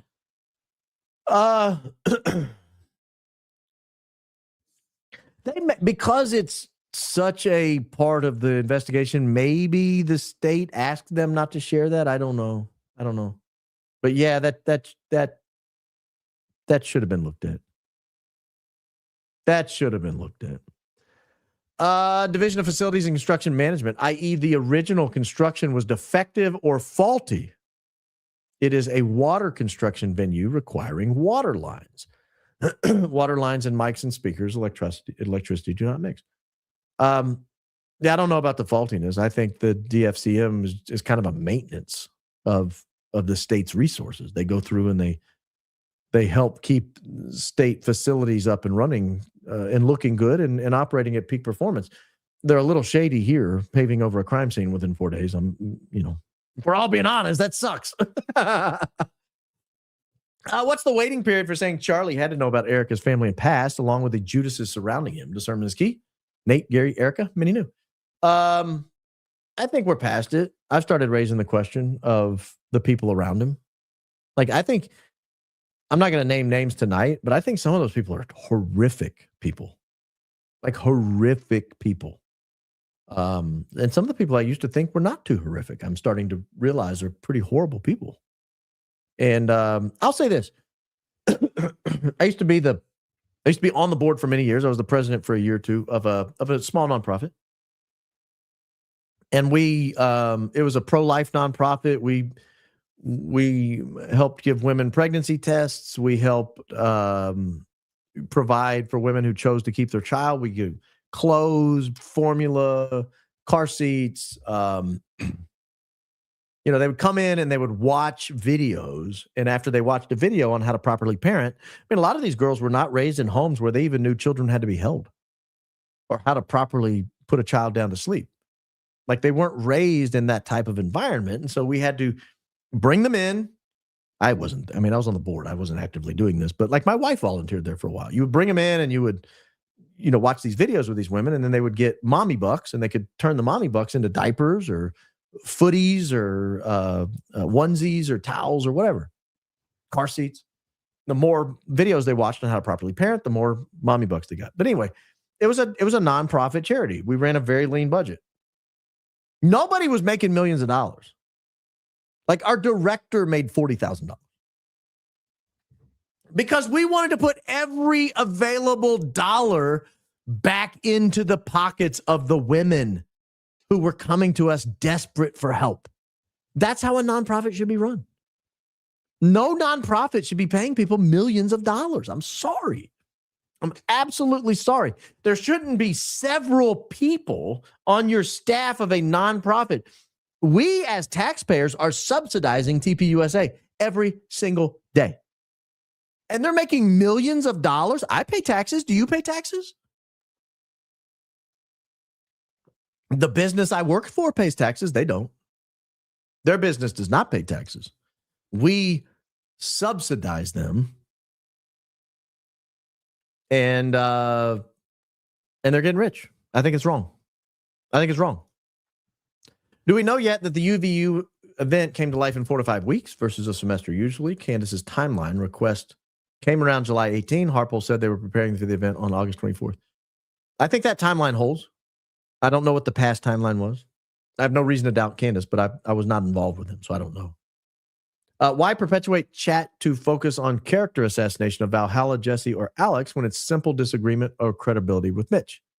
We all want uniting, proven truth instead of division. Anyone against that after exposing themselves? I don't know exactly what you're asking. If you're asking why I am assassinating the character of these people, I'm not. I like Valhalla quite a bit. Alex appears to be destroying his own career, and I don't quite understand why. He made his career on opposing the mainstream narrative, and he's now saying if you question the mainstream narrative, something's wrong with you, and that's a weird take for Alex Jones. I don't know who Jesse is you're talking about. If you're talking about Gary, Gary took a cheap shot at me and tried to attack me, and today was fun. Regarding the donors that asked Erika about TPUSA succession, who was that org? Why'd they want to know? Could they have been involved? What did they know? Yeah, those were his donors. And yes, they could have been involved. Thank you, Lady Law. That's generous. Very generous. I'm convinced Tyler Robinson will plead guilty and there'll never be a trial. Thoughts? I've been saying that. He'll either plead guilty or die in jail.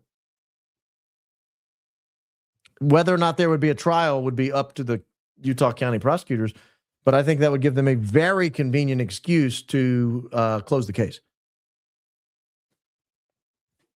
So yeah, I tend to agree with you there. I do tend to agree with you. I'm genuinely starting to fully believe that the level of evil and soul selling they do is beyond us. They're just laughing at us at this point. I blame the BB net and a Yahoo.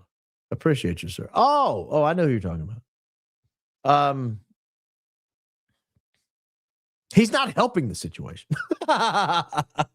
He's not helping the situation. I can assure you that.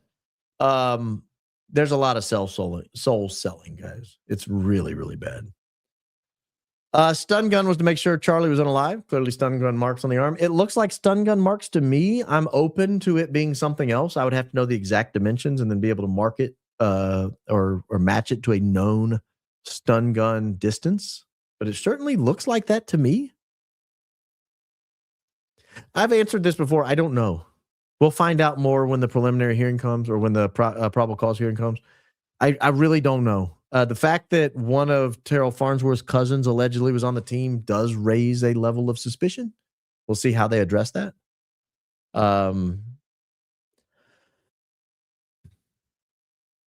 We'll find out. Hey, Baron, great intro. Thank you. Just say Julie. I appreciate that. Merry Christmas. Merry Christmas to you, young lady. In my opinion, just as Charlie supported the wife to stay home, I highly doubt he had plans for her to be a successor, right? Keep going. That would be my take. Like, she was never a part of the out front running the, like, she would stay home with the kids. Where are her kids? Where are her kids? Who's watching her kids? Her mother can't watch her kids because her mother's like sick. Wasn't that her excuse for not being at UVU? She was with her mother in the hospital or something, getting some kind of treatment. I mean, is a 75-year-old mother staying home with the 2 little kids? I doubt it. I don't know. Maybe. I mean, her jet is all over the place. She goes to New Braunfels, Texas a lot. She was there today, actually. Or somebody on that jet was there. And then up in Idaho right after that. So there's a lot going on. I actually found a second jet that has a lot of the same stops, and I'm running that down. I don't know why that is. And I don't know who's on that other jet. But there's another jet out there that I came across and I thought, well, those look like similar stops. Like not Scottsdale. I mean, Scottsdale's a lot of people are Scottsdale. But I'm talking like Bozeman, Montana. Some random town in Idaho. Like, why are both of these planes in the same place? Who's on that plane? So I'm running that down as well. I want you guys to know I'm working. I'm doing your work out here. You guys are donating generously. I'm using your resources to do this work. Curious, your New Year's resolution, if any. Hey, last time I did a New Year's resolution, I quit drinking, and it's been 3 years. I don't know that I need to do another one. I need to put some thought into that. If I do a New Year's resolution, I will tell you. How about that? Is that fair, Lynn Maria? If I do a New Year's resolution, I will tell you either my last show before New Year's, which probably will be tomorrow, maybe Tuesday, and if not, then I'll do it right after New Year's. But I don't always do a New Year's resolution. I did that year to quit drinking, and I did, and I haven't had a sip of alcohol since. Baron, that's it. I'll be your producer for free. I live between Fort Campbell and Nashville, and I don't do SC. I don't know what that is, but I know every time you ain't showing video, you need help, bud. I'll do it for free. Hey, I know I need help as bad as anybody. I'm working on it. I promise you, I'm working on it. It's okay to misbehave sometimes. Well, thank you, misbehaving. Hey, let me tell you something. This is funny. This is great. I don't know if I should tell this story. Yeah, I'm going to. I was looking up one of these TPUSA characters. It was relevant to the Wolves in Finance video. So I'm doing a deep dive. And I come across this address in Las Vegas. And I think, that's weird. Why would they have an address in Las Vegas? And I'm thinking Fort Huachuca, the plane in Las Vegas. Is there any connection? So I start doing a deep dive on that address. Is there anyone else who's ever lived at that address? And this program I have not only tells me who lives there, but I get phone numbers and emails and everything else connected to these people. So I'm looking at it, and one of the emails is Kinky Biatch, Beeyatch or something like that at, I don't know, it's Yahoo or Gmail. Kinky Biatch. And I thought, all right, that's enough internet for me for the day.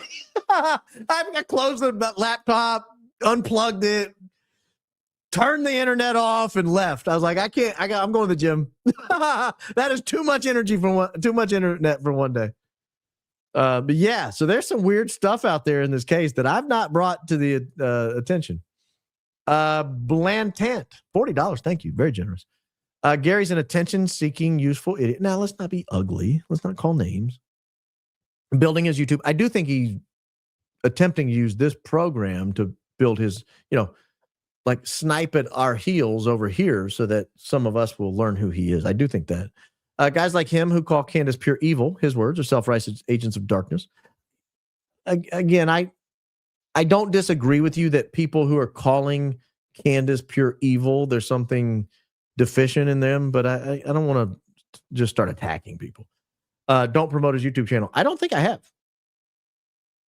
I don't know that I'll ever mention his name again on this program, but today was a little bit of fun. Let's see. Rolling. Here we go. Brandy and Billy, ask your followers if they want to come stand outside of Tyler Robinson's hearing with us. on Friday, January 16th, if anybody lives in Utah. Will you be interviewing people for your program? Brandy and Billy Show have a great program. They've given me a little indication of some things they're working on, and those are going to be great episodes. These girls investigate. They don't just get on there and tell you their opinion of what other people are saying. They actually go out and do some shoe leather reporting, and they've got some big stories they're working on, and they're going to be great. These girls they got a future. They're going to be great. Yeah, I don't want to come stand outside of Tyler Robinson's hearing with you. I'm too far away. But anyone local, Brandy and Billy will be there. You might get interviewed. You might be famous. You might get on TV. Your focus on process over emotion is incredibly grounding. Watching how you evaluate leads, explain boundaries, and respond with precision has been genuinely educational. Thank you. Well, thank you, Karen, mom of twins. That's very kind of you. Very kind of you to say. I honestly am kind of speechless. Those are very kind words. And thank you for your generosity as well. Did I see Bishop Barron's interview with the Supreme Court Justice Amy today? Love to hear your take. Still laughing about your Baptist Novus Ordo comment last week. Great job. Yeah, sorry, Tamara. That was a little inside baseball, but I'm glad you got it. I did not see that. My wife adores Bishop Barron. This is not related to your humble host. This is a bishop of, is he in Minnesota somewhere? He was the auxiliary bishop of Los Angeles, and now he's somewhere else. I can't remember where they put him. But no, I didn't see it. But now that you've mentioned it, I do want to check it out. And I'm glad I could make you laugh with a little inside Catholic baseball there. Extra super for the 3-year sober. Thank you, Curious Joel. Congrats, you're 4.5 years sober. I'll be there in 18 months. I don't miss it. Life's much better. What was your drink of choice? Mine was Miller Lite, Tall Boys, and good bourbon. My drink of choice was gin. Believe it or not. That's when you know you're a bad alcoholic.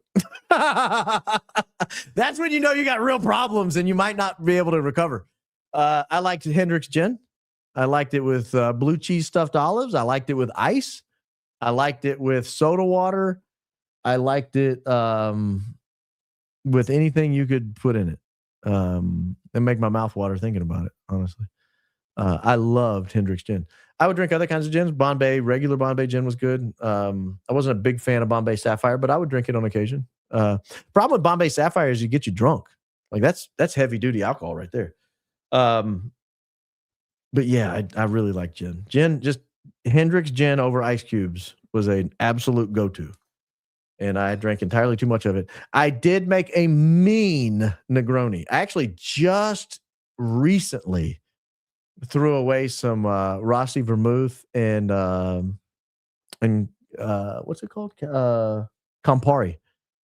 That obviously I'm never going to drink again. And it was just sitting in the cabinet taking up space. So I just recently poured that out and threw it away. But yeah, man, I wish I hadn't thought about that. I love gin. I dreamed about it for a year or two. I would dream about tasting it. I'm like, why did I ever give this up? It's amazing. I was never a big bourbon fan. I drink bourbon occasionally. Not a big light beer fan at all. Not a big light beer fan. I think you're right about not wanting to reward the Republicans for letting us down, but I'm afraid that if we don't vote and the Democrats take the House, things will be much worse. They would initially in the short run.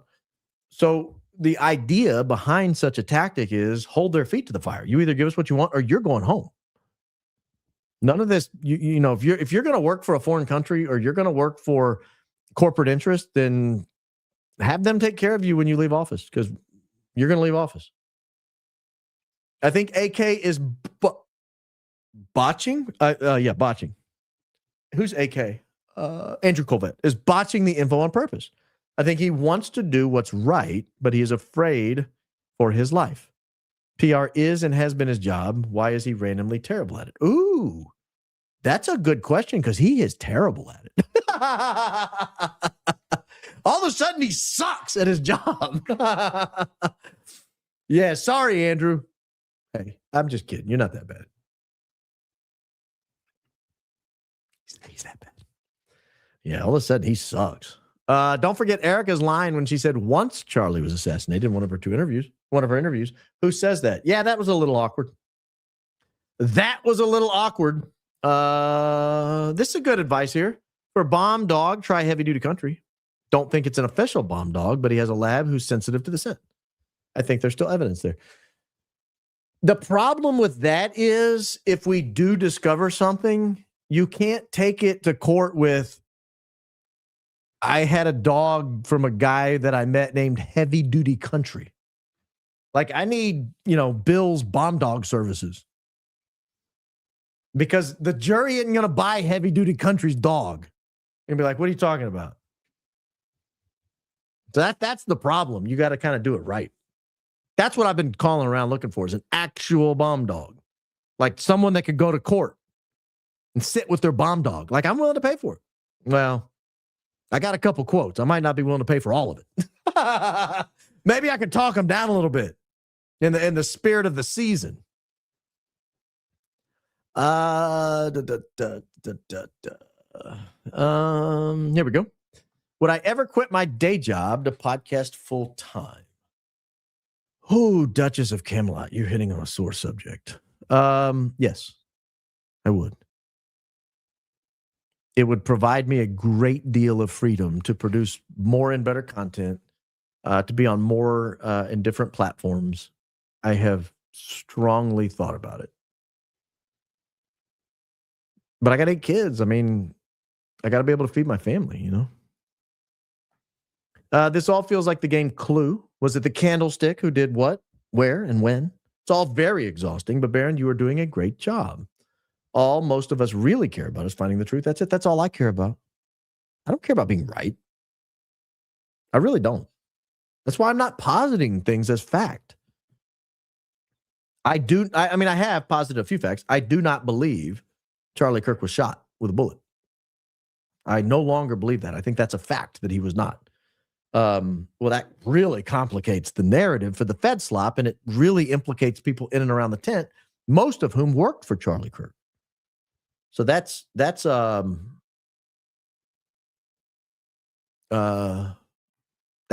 something. Hey, Baron. Your humor is straight out of Aussie. Brutal hammering. Love it, mate. Well, love it too, Mike. Again, I don't do accents well. But I wish I did. Ooh, the DCFM peeps you mentioned and called appear in Google Trend Analysis from Israel and Cayman Islands. I'll have to look at that. I haven't looked at that at all. Did you use quotes? The biggest sin I see people doing on Google Trends, it's like the gate 0, is they don't use quotes around the names, and it just loses so much integrity. Not integrity like you're doing a bad thing and you're doing something purposefully wrong, but integrity meaning the ability to demonstrate signal from noise. That's kind of problem 1. Problem 2 is they don't look for different time periods across time. They don't grab a 6-month window and then look in 2020, 2021, 2022, 2023, 2024, 2025, and see if they only appear in 2025. They just grab, the last 6 months and go, oh, look. Well, yeah, but if that same beep hits every time period, that's noise. That's not signal. So we're going to get better at Google Trends as a society. This is new. We've just started this 3 months ago. L. Crockett, appreciate very much your voice of reason, your open mind, and your logic. Well, I appreciate your kind words and your very generous donation. So we have that in common. We're both very appreciative tonight. Thank you. Thank you. Thank you.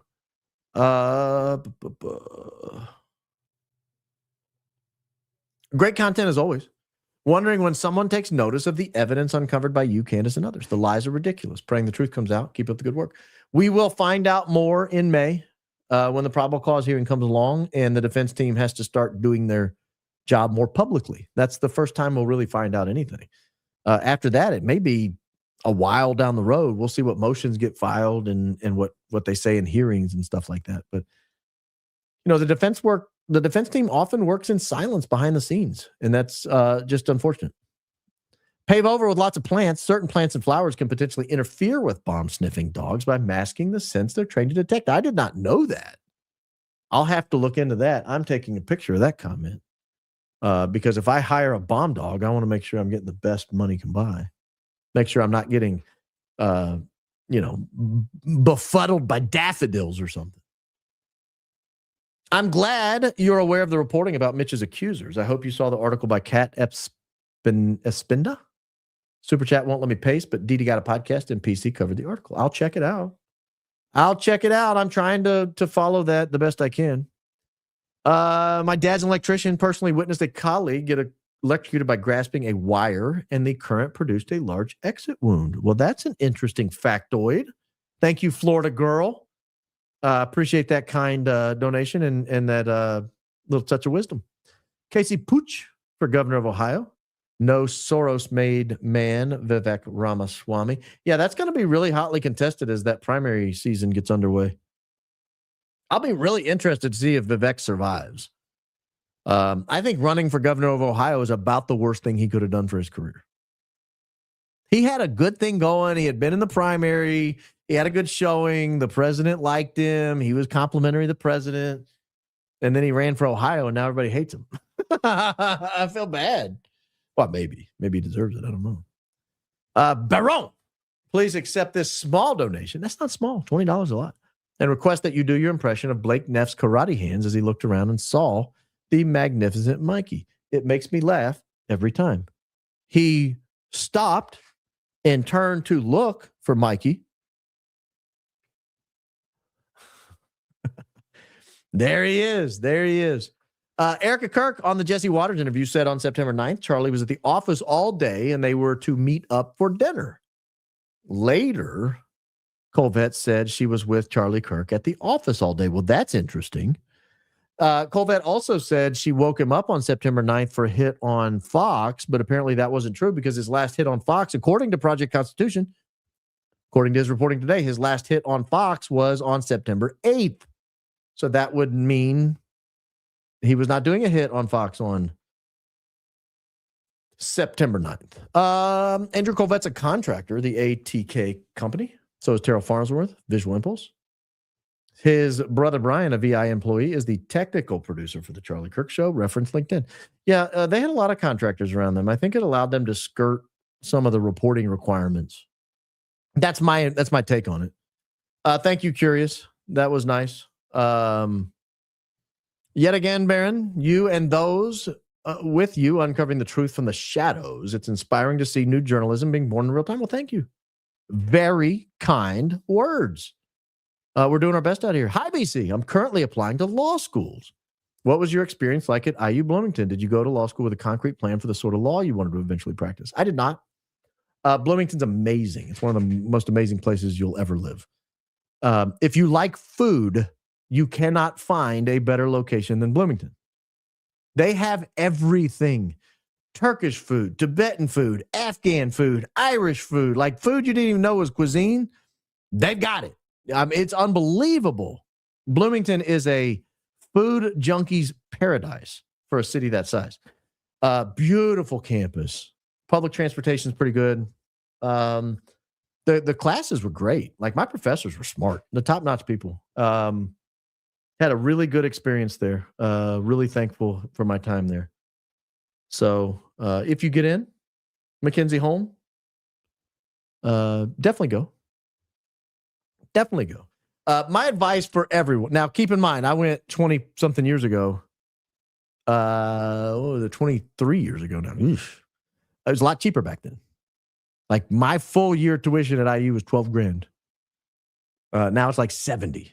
So my advice to people going in the year 2026 is if you can go cheap or free, go there. Unless you get into Harvard or Yale, then pay whatever because you'll be fine. But if you're deciding between this school and this one's going to cost you $250,000 and this one's free, I'm just telling you, that's my advice. You asked me, I told you. But as far as Bloomington, I would love to live in Bloomington again. It was an amazing experience. Beautiful town, clean, fun. I really wish people stop trying to pit you and Nate against each other. I agree with you both. You both really great points and are authentic. With that said, Laura Loomer scares me. An ex-Marine. War is a racket. That's a great point. I actually talked to Nate the other night about our experience. I told him I had a small minority, but very vocal minority trying to get me to attack him. And he said, I had a small minority, a very vocal minority trying to get me to attack you. He goes, I did not. And I said, I did not either. So I don't know if I was supposed to share that conversation or not, but I did. So we chatted the other night after both of our shows. I went first. I think he went about the time I was getting off, or he started maybe 30 minutes or so before I got off. But yeah, we got in touch after he got done that night. It was late here, like 11, 12 o'clock. But we talked, and look, you ops in the comments are not as slick as you guys think you are. Like, we've all planned for this. We've been around the block. I'm 47 years old. Some nitwit at TPUSA is not going to hire you to throw us off our game. That's not going to happen. That's not going to happen. Let's see. With the seeming disappearance of John Cullen, and considering the topics he discussed, as well as the content that was pulled from the Sean Ryan interview, have you looked into this at all? No, I don't think that's why he disappeared. Go follow Jason Goodman. He's been doing this series on Where's John Cullen, and he gives you a lot of intel into where John Cullen might be and why he might have disappeared. And how John Cullen basically came back. You know, this isn't the first time John Cullen's disappeared. So I don't know what's up with him. I think he's done some really great reporting over the years, but he's also been really weird. So please check your email with Butch Hibbs fake in line. I will. Why did Mitch use his as e-contact if they don't talk? Didn't he say, I don't keep up with the man, and didn't know his new name? Yeah, but I mean, if your emergency contact needs to be someone you think would at least respond, you know, your own flesh and blood, you think would respond. I don't know, man. I don't know. Nashville Explosion Factory Insurance Company likely has a fiduciary duty to help you, our team. 16 people died and their families had a hideous holiday season. There's no doubt about that. Hard to explain the tragedy of that. The fact that it got swept up. That's the second major bombing in this area. If you remember about 5 years ago, was it Christmas morning even? The giant explosion on 2nd Avenue in downtown Nashville that knocked out cell service for AT&T users for a long time. It was just after the 2020 election. There was a lot of speculation that might have had something to do with it. So two suspicious bombings in the area in just the last few years. Both should be thoroughly investigated. So I agree with you. We've not gotten a good answer on either.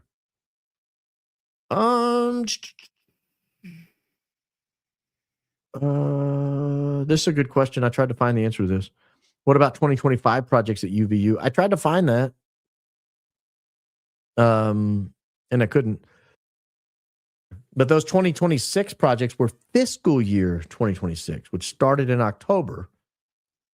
Now, granted, this was done in September, but yeah, I don't know. I'll keep looking. That's a great comment. This is why I bring stuff to you guys, and you guys sharpen me. Iron sharpens iron. This is a great point.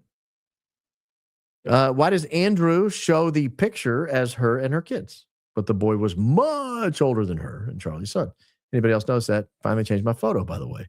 Amari 12-3, I agree with you. That looked really weird. I agree with you. Oh, PA Flyer 8334, generous donation there. Is there any truth that a professor seen? Is there any truth that a professor saw Tyler Robinson on facility a week before the shooting? And also, is it true that Kash Patel fired the head of the FBI in Utah before the shooting? There was a change in the head of the FBI special agent in charge. I don't know about a week before, but in the lead up, I would say the couple of months before, maybe. I'd have to go back and look at the exact date. But yeah, we covered that on a very early episode. Single digit. I think this is 36 of the Charlie Kirk series. You'd have to go back to those early episodes. We did cover that. I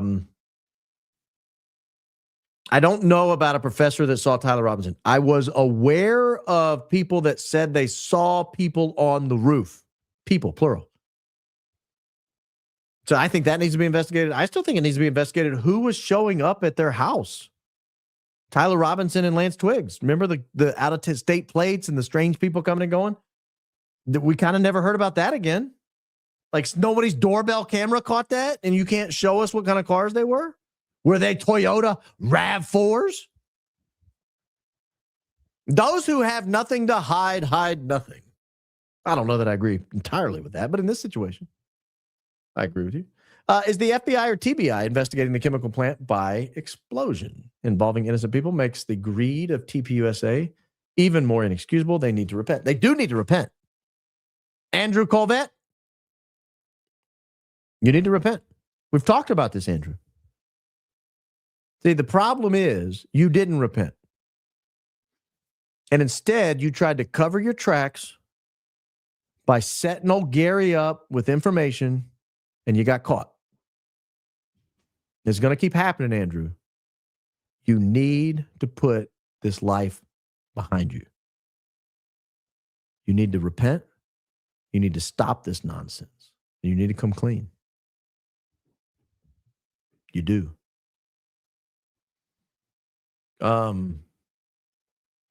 And I know that was bad faith, because if it was a good faith attempt to establish where Erika was, you'd have just contacted Candace directly. She's the one asking the question. You'd have just contacted her directly. So that was a bad faith attempt, and that's what you need to repent of. That stuff right there. It's nonsense. You're better. You should be better than that. I don't know who's investigating the chemical plant explosion. I read in the paper a few months ago that it was being investigated. I don't know if that's feds or states investigating. I don't know.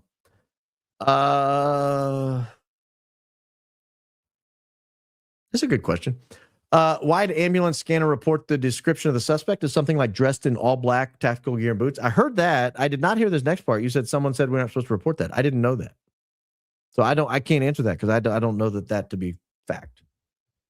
7 sheets. Man, that's generous. We can all agree some are seeking truth. Thank you, and Candace. And some trying to shadow the truth, then ask why. Thank you.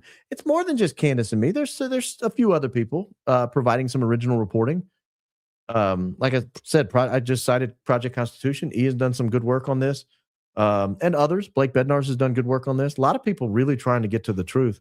And then there are a lot of people consolidating that information. Liberty Lockdown has had people on talk about it. John Bray has done a good job with some original reporting. So it's not just 1 or 2 people. There's a whole team.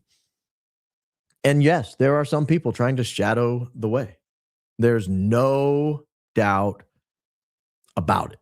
Absolutely no doubt about it. Thank you, Sue. Appreciate that. Very generous. Why all the pyrotechnics they have at the show? Someone should have a good sources for the mic. I don't know, man. TPUSA with the fireworks has to stop. It looks terrible. Lady, grieve your husband. Stop walking out like you're at a Warrant concert in 1984. Stop it. Whitesnake is retired. It looks so bad. Andrew Colvette is allegedly a PR professional. Someone needs to get a hold of these people and say, this is a horrible idea. This is a terrible idea. Sue, back for more. Baron, what if all this truth-telling and revelation is actually putting all of us in grave danger? Trojan horse theory. I've thought of it. I hope it's not. I hope it's not, because we're all going to be in trouble. You can adjust the time and date of the picture on your phone. Yeah, I know. Which is why I don't understand why she used a picture of like a 10-year-old.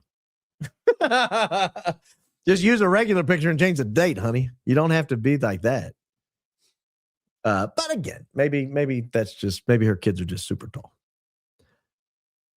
Warrior Doberman mom. Thank you. $50. Wow. TPUSA staff, and I'm sure Erika, have multiple phones. Blake Neff said during an interview that after he called his mom, he put that phone down. To me, indicates multiple phones. So unfortunately, cell info may be no good. Love you. Keep it up. I agree. They probably all had multiple phones. If you look at the pictures of the security people running, several of them look like they had multiple phones. So I don't know. Let's see. Yeah. Read RDX cyclonite exposure symptoms, the Tennessee plant. I have. What am I looking for?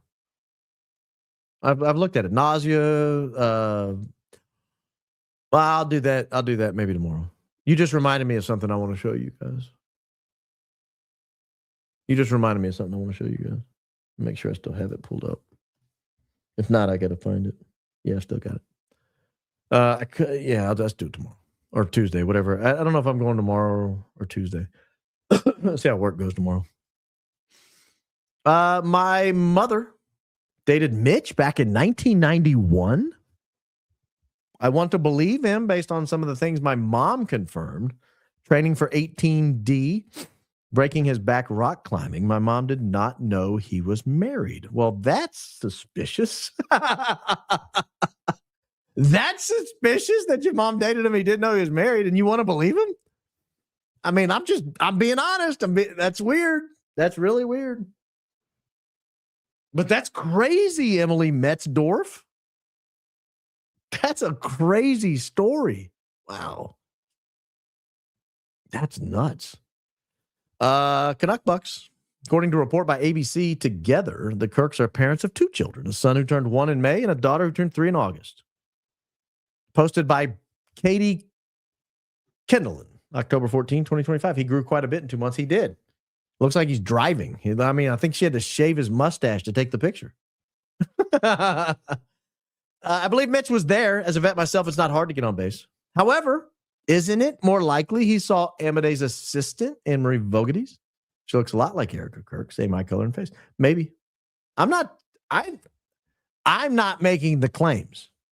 I'm evaluating whether or not I think Erika Kirk, Cabot Phillips, Brian Harpole, and others have appropriately responded to the claims. And the answer to that question, in my opinion, is a resounding no. They have not appropriately responded to the claims. Best episode to date, Indigo Sparrow. Those are kind words. Baron, you never disappoint. Hilarious. Absolutely love it when the underdog is winning. Well, I have to agree we're winning. I have to agree we are winning. Baron, put this in super last episode. Exploding Microphone peaked on trends worldwide and in Israel in March 2025, and in Tupelo mid-July. Then after 9/10. Tupelo. Am I to believe there's a Mississippi connection to this? I find that difficult to stomach. Enjoy your podcast. However, your military time knowledge is not a strong suit. 1910 minus 7 hours is 12:10. How could they? Yeah, sorry. Good call. Which is funny is, hold on. I got to cover up the notification there. My phone stays on military time, but I'm terrible at it. My phone stays on military time, but yeah, I'm terrible at it. So yes, to correct you, 1910 minus 7 hours is 12:10. That's correct. So yeah, the edit can't be before the created time. So the created time was 12:10, which was still, to my point, 30 minutes after the plane left. And then the edit time is an hour and a half after that. Good use of $20, good sir. Excellent use of $20. You have educated me and our entire audience all at the same time. Erika said Charlie slept in daughter's room, didn't kiss her goodbye. She knew he got the necklace, though. Different bedrooms, no kiss, cracks in marriage. If I'm being honest, I would say yes. If I'm being honest, I would say yes. And I also want to know who's on that airplane.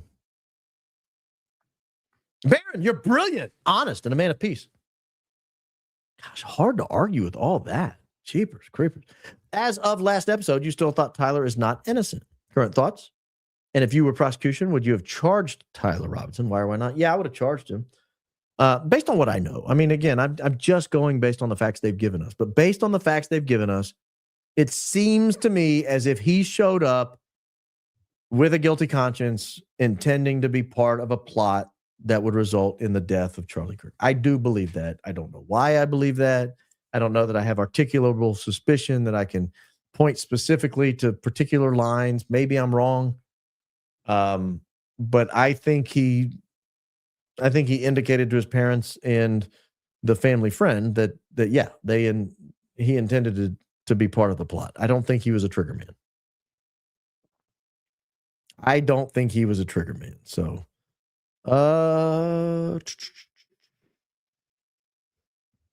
looking.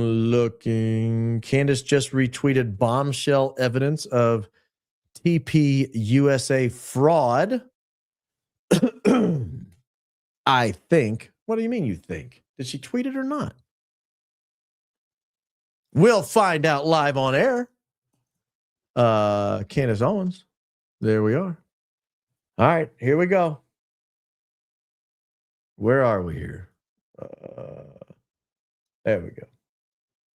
I had to squeeze it a little bit so you guys could see it, make it big enough. All right, let me find here. Just retweeted evidence. Is this yeah. They haven't interviewed his high school classmates yet, Mel. Once you hear what they had to say about what happened in PE class in the 70s, you'll finally understand why you can't ask questions about Fort Huachuca. Huh?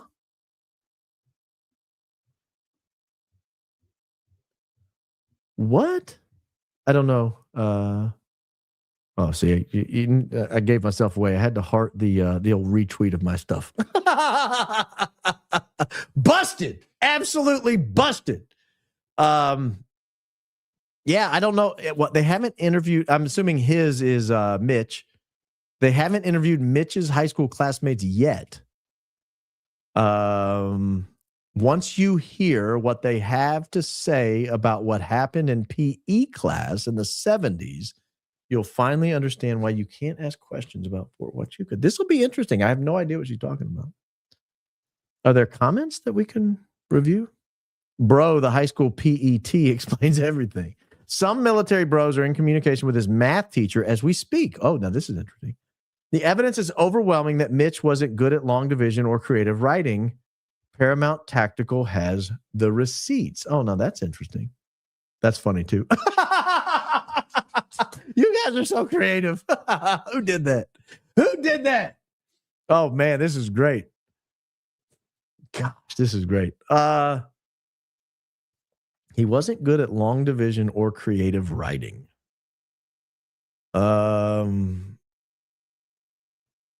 Yeah, we'll have to stay tuned. I don't know. Thank you for pointing that out. Is that bombshell evidence of TPUSA fraud? Or did I miss something? That was funny. That was funny. JD Vance flew out of Bozeman this weekend. I lived there. I'll have to check it out. Really? I believe Tyler Boyer, who was introduced Erika to Charlie. Oh, you're saying you think it was Tyler who introduced the two of them. I think you're right. So how were they connected before? Tyler's connection shown in Wolves in Finance episode, and Erika admitted working for military is shady as a dense, dark forest. There's a lot we don't know. The Wolves in Finance video is great. You guys should watch it. Valhalla drinks too much and refers to himself in third person. Gross. Candace is authentic and seeking the truth. Look, I don't know if he drinks too much. I do know the longer you drink on air, the more likely you are to say something weird. I don't know that I'd call it gross. He does refer to himself as Nate. I think that's funny. Apparently you don't. My booger hooks look very big. Oh, my booger hook. This is it's not. This is a tiny mason jar. I mean, this is like 2 cups. Oh, hold on. So yeah, 2 cups, 16-ounce mason jar. Booger hooks. I've never heard that. I call them nose pickers. Like when you throw a ball at somebody and they drop it, like I didn't mean to hit you in the nose pickers. Thank you for your hard work. Well, thank you for your generous donation. Jan Picks. I feel like TPUSA had Charlie as their moral compass, and now that he's gone, it's a hot mess. I don't have anything to add there. By the way, dog sniffing evidence is considered notoriously unreliable due to high false positives. Dogs responding to please handlers and a lack of standardized training. I've had experts testify that almost means nothing. I agree with you, but if they sniff and then we pull plastic out of the ground, I disagree with you. See what I'm saying? Like if a dog hits here and it's on tape, sniff, sniff, sniff, sniff, sniff, and we go, what is right there? And you get over with your little tweezers and you pull it up and, oh, look at this, a little piece of fragmented ABS plastic. And you drop it in a Ziploc bag and then you seal it up and you test it later and it's got bomb residue on it. Now we're getting somewhere. Are Terrell and Dwayne all descendants of Philo? I don't know who Philo is. Wolves in Finance went deep. Yep, they did. Georgia and Arizona has the power to issue a subpoena for accounting records at 110 LSE and TPUSA. What's the best way to request this? I'm not sure. I guess contact the AG's office. I don't know. There are not 100 people in the United States who hate the Catholic Church. There are millions, however, who hate what they wrongly believe the Catholic Church to be. Venerable servant of God, Fulton J. Sheen. Sarah Izzo, I have used that quote many times when arguing with someone who's anti-Catholic and tells me I'm nuts. I've used that exact quote. Thank you for the generous donation, and thank you for reminding everybody of the great Fulton Sheen. I have a friend who named his child Fulton after the venerable servant of God, Fulton Sheen. Maybe you'll play the Kevin Costner character from JFK in a future film. I tell you what, I just might have to. For the Bomb Dog Fund. Yes, we're $50 closer. Do you know how much those bomb dogs are, by the way? I was thinking like a couple grand, and I was like, all right, well, I'll do a little fundraiser. We'll scratch together a couple. Maybe we'll throw an extra 1,000 in and fly someone in that can do the video. They're more than a couple grand. Thank you for the generous donation. But yeah, it's going to be like 14 was the cheapest quote I got. Like, you know how many dogs I could buy for 14 grand? My dog was 400 from the rescue shelter. That came with like a spay and neuter. I mean, it came with all of it. Even if Mitch lied about seeing Erika or Harpole while at Huachuca, this has forced them to provide an alibi, and that alibi could be embarrassing, cheating on spouse, or otherwise incriminating, dress rehearsal with Mossad. Payne Revere, that's a great point. I hadn't considered that. That it might be that they don't want to answer, not because they were at Huachuca, but because they were somewhere else they don't want to answer. That's a great point. Lambo Georgie, why are so many podcasts saying Harpole was not at the Huachuca meeting? All I've seen is a screenshot of a flight confirmation, which is easy to get and then cancel. I've seen nothing definitely placing any. Am I wrong? No, you're not wrong at all. You're not even remotely wrong.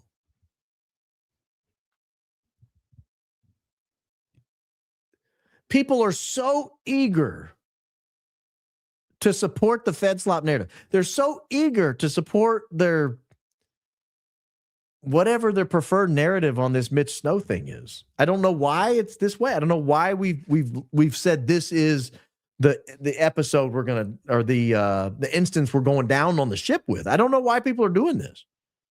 Well, I've seen nothing from Brian Harpole that suggests where he is. I have in my email inbox right now flight receipts, flight booking emails from flights I didn't take because they were booked for work, and for whatever reason later they were canceled, or I didn't get on that plane. I got on a different plane. I still have the email.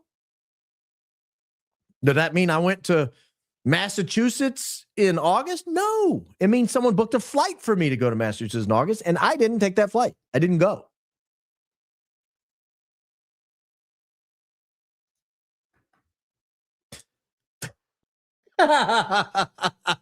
Whenever you get merch, please get befuddled by daffodils on some of it.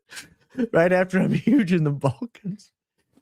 All right, Whitney, you tickled me. You got me. You won me over with your humor. Thank you. Whitney Murphy got me tonight. Thank you. You earned your wrench with that one. That was funny. Befuddled by daffodils. We are huge in the Balkans. We are all huge in the Balkans. Huge in the Balkans. I'm late watching. During the review of Mitch's son, could Gary be purposefully making these mistakes to get the info out? Seems like a big uh-oh. Yeah. That would make more sense. It would make more sense than somebody says something that screws up your whole point for having them on and you then make them repeat it twice. That would definitely make more sense. Even boarding pass isn't proof you flew. You can print from home. Going through security isn't proof either. I've had boarding passes and didn't fly. Only final pass, past your manifest, doors closed, no offload, proves you flew. A boarding pass is more information. At least I was at that. Well, no, I wasn't even at the airport. At least I got to the day of and made some action. No, I mean, with phones the way they are, with all purchases being electronic these days, you're not flying, if you're Brian Harpole, from Dallas to anywhere without being able to show where you were. Like, if I go to the airport, you can't take water through the security. So you tell me the man doesn't hydrate? No wonder his principals get killed on his watch. Buddy, H2O, baby. Didn't you watch Waterboy? You got to hydrate. High quality H2O. That's going to probably require a swipe. As always, we love the opening statement, and Gary needs a prize. I'm going to leave that last part off because I think Gary is redeemable. I've enjoyed some of his content along the way. Dog fund. I'm up to $100 on the dog. If we hire the dog, I'm allocating both of those 50s. I'm telling you, they're not cheap though. I've called around looking for a bomb dog. There's not a lot of them. Like I think the total addressable market's pretty small, and so you only get like so many dogs per area, and they got to travel a little bit, and they're expensive, and you got to have a handler, and yeah. Befuddled by Daffodils was my band name. It sounds like a garage band, doesn't it? Ladies and gentlemen, up next on the main stage, Befuddled by Daffodils. Give it up. How many Garys does it take to screw in a light bulb? 1. He doesn't screw it in. He just interrogates the lamp for an hour and declares the room still under investigation. Now, y'all are hard on Gary. Look, Gary's done great work supporting Candace's investigation this weekend, so let's not be too hard on him, Gary. You heard of Lieutenant Colonel Michael Aquino, who spent time in Fort Huachuca in 1980. He was a Green Beret, PSYOP instructor, and self-proclaimed Satanist who knew Anton LaVey. Lots of Green Berets involved. I was not aware of this, and frankly, I'm terrified. I don't like demon stuff. I don't like if you go and get your palm read, I don't want to talk to you after that. Like, go to confession. If you go and do a Ouija board, I'm out. We're not talking after that. I'm sorry. Like, I draw lines on that stuff. I draw lines on that stuff. If you're going to do that, you're going to play around with the demonic, you got to do it without me. I'm sorry. Is the Somali story meant to shift attention? Well, of course. I think you probably do for, I hate to say this, I think you're due for another terrorist attack like we had on January 1st of last year. And the name of the person committing it will probably have been in Google Trends the couple of months before January 1st. In DC or Huntsville or wherever, turns out it was. The address will have been searched. Yeah, I think this is all coming. I think it's coming. Do you Google? That's not me making a prediction. That's just me reading the room, thinking they got to get us off of this. Like, this is way too deep. Did I Google trend search the munitions factory prior to 9/10? Any info on them? Yeah. I did the munitions factory. I did the production manager. I did the guy who left the factory. Yeah. Do I have that pulled up right now? I might have it pulled up. If I still have it pulled up, I'll show you. I'm not going to recreate it right now. No, I don't. Hang on, let me look. No, I don't.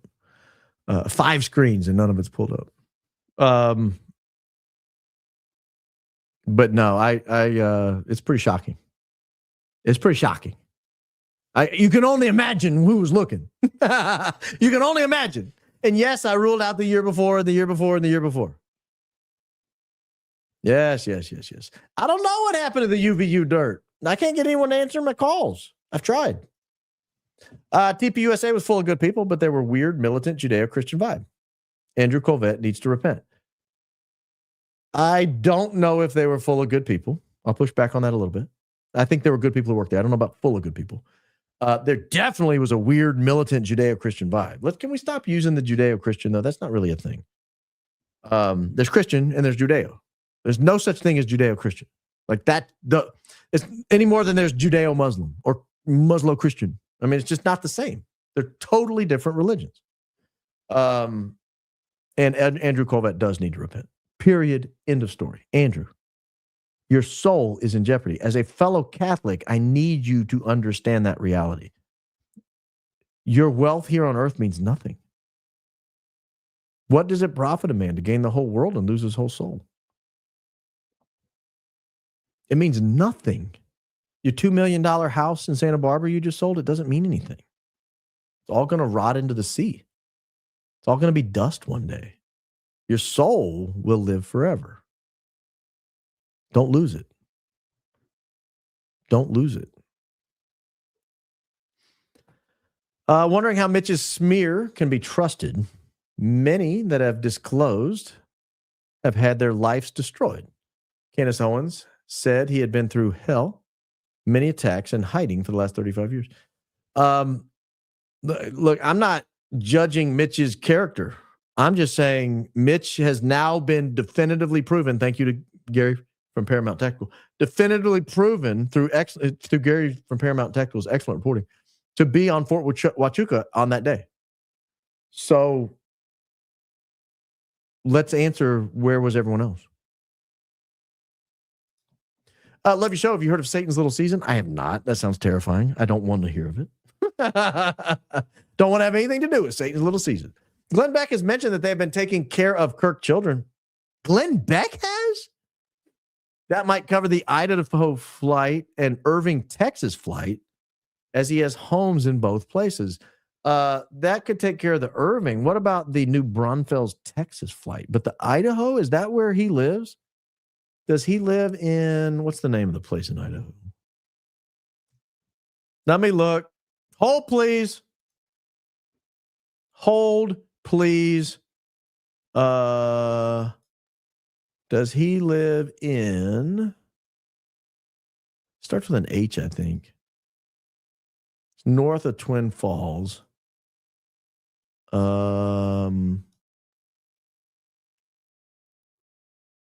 I don't know. I'd have to look it up.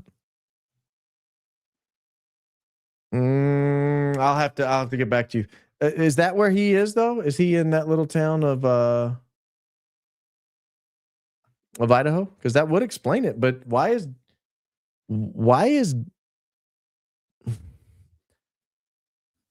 Glenn Beck raising Charlie Kirk's kids?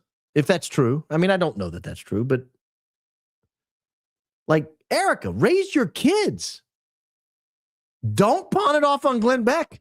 Before you know it, they'll have little kid-sized chalkboards and weird white microphones that nobody has.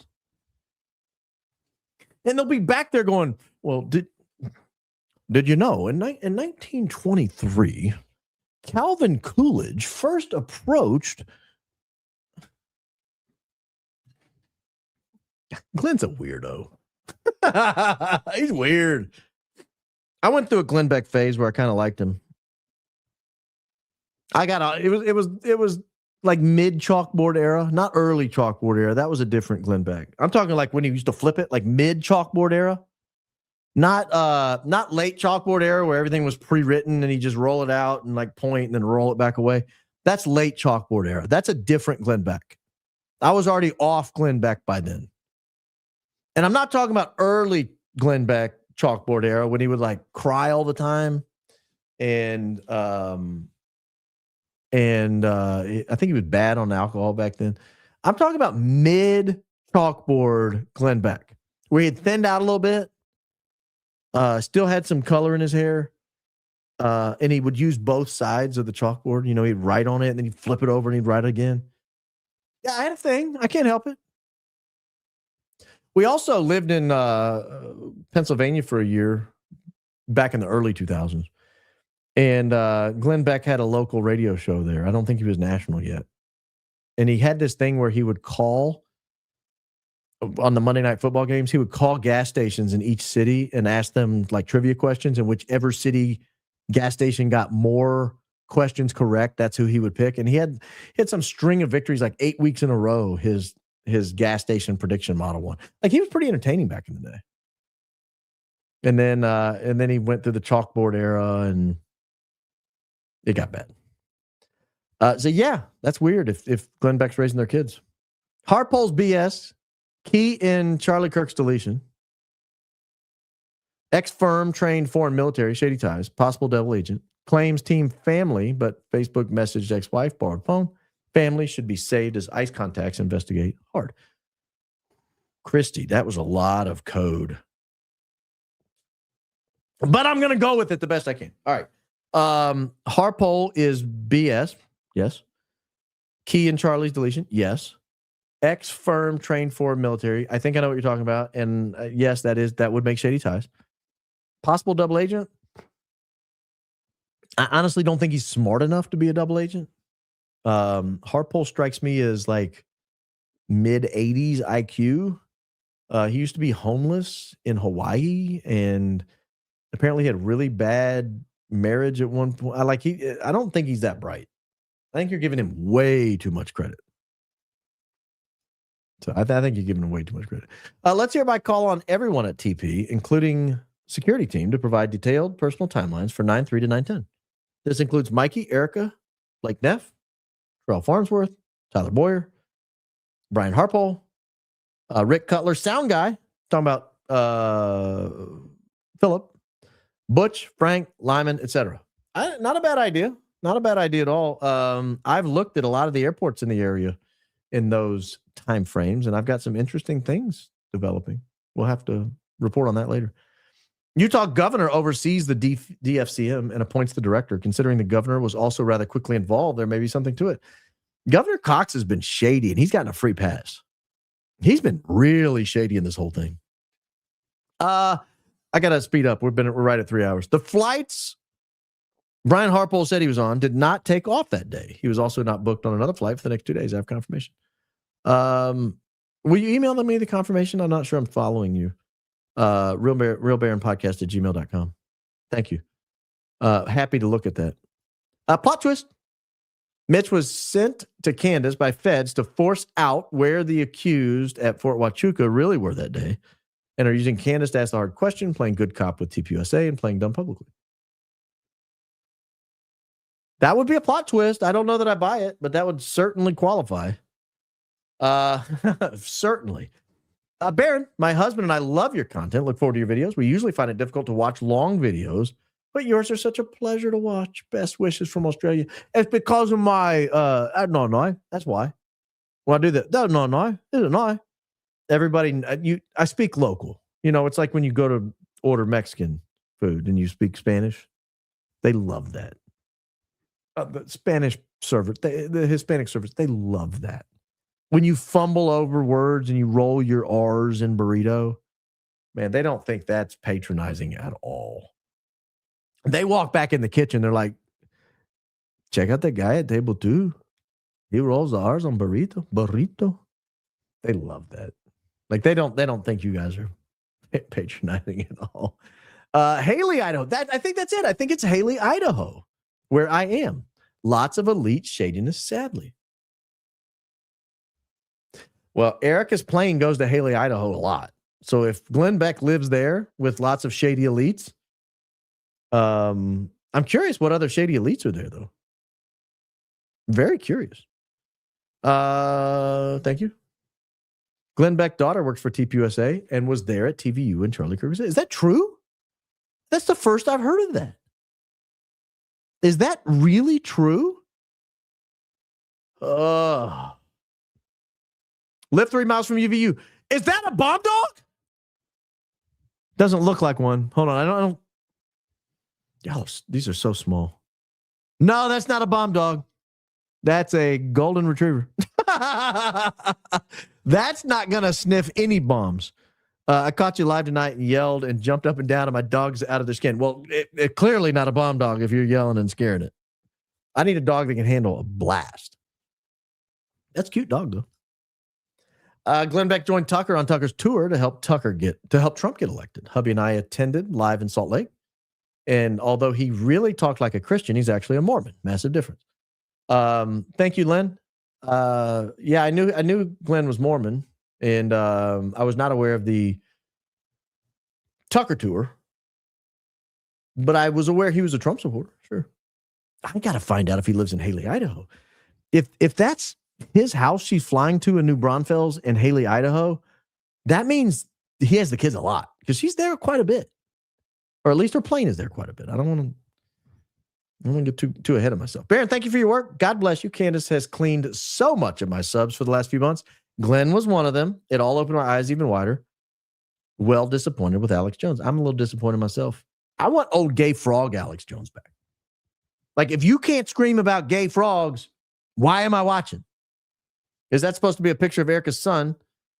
I read he was only a year and a half old. Yeah, you and me both, kid. Hey, guys, this has been great. Thank you. I don't know if I'll be live tomorrow or Tuesday. Stand by, check the notification, subscribe to the channel, click the notification button, like the video. And if I go live tomorrow, you'll get the notification. I'll put the live chat up several hours early. That's honestly my highlight of the day is reading through your live chat before I go live. And I typically read through most of it. Just hundreds of good comments. And it gives me things to think about and areas to run down and all that. So thank you. I love you too.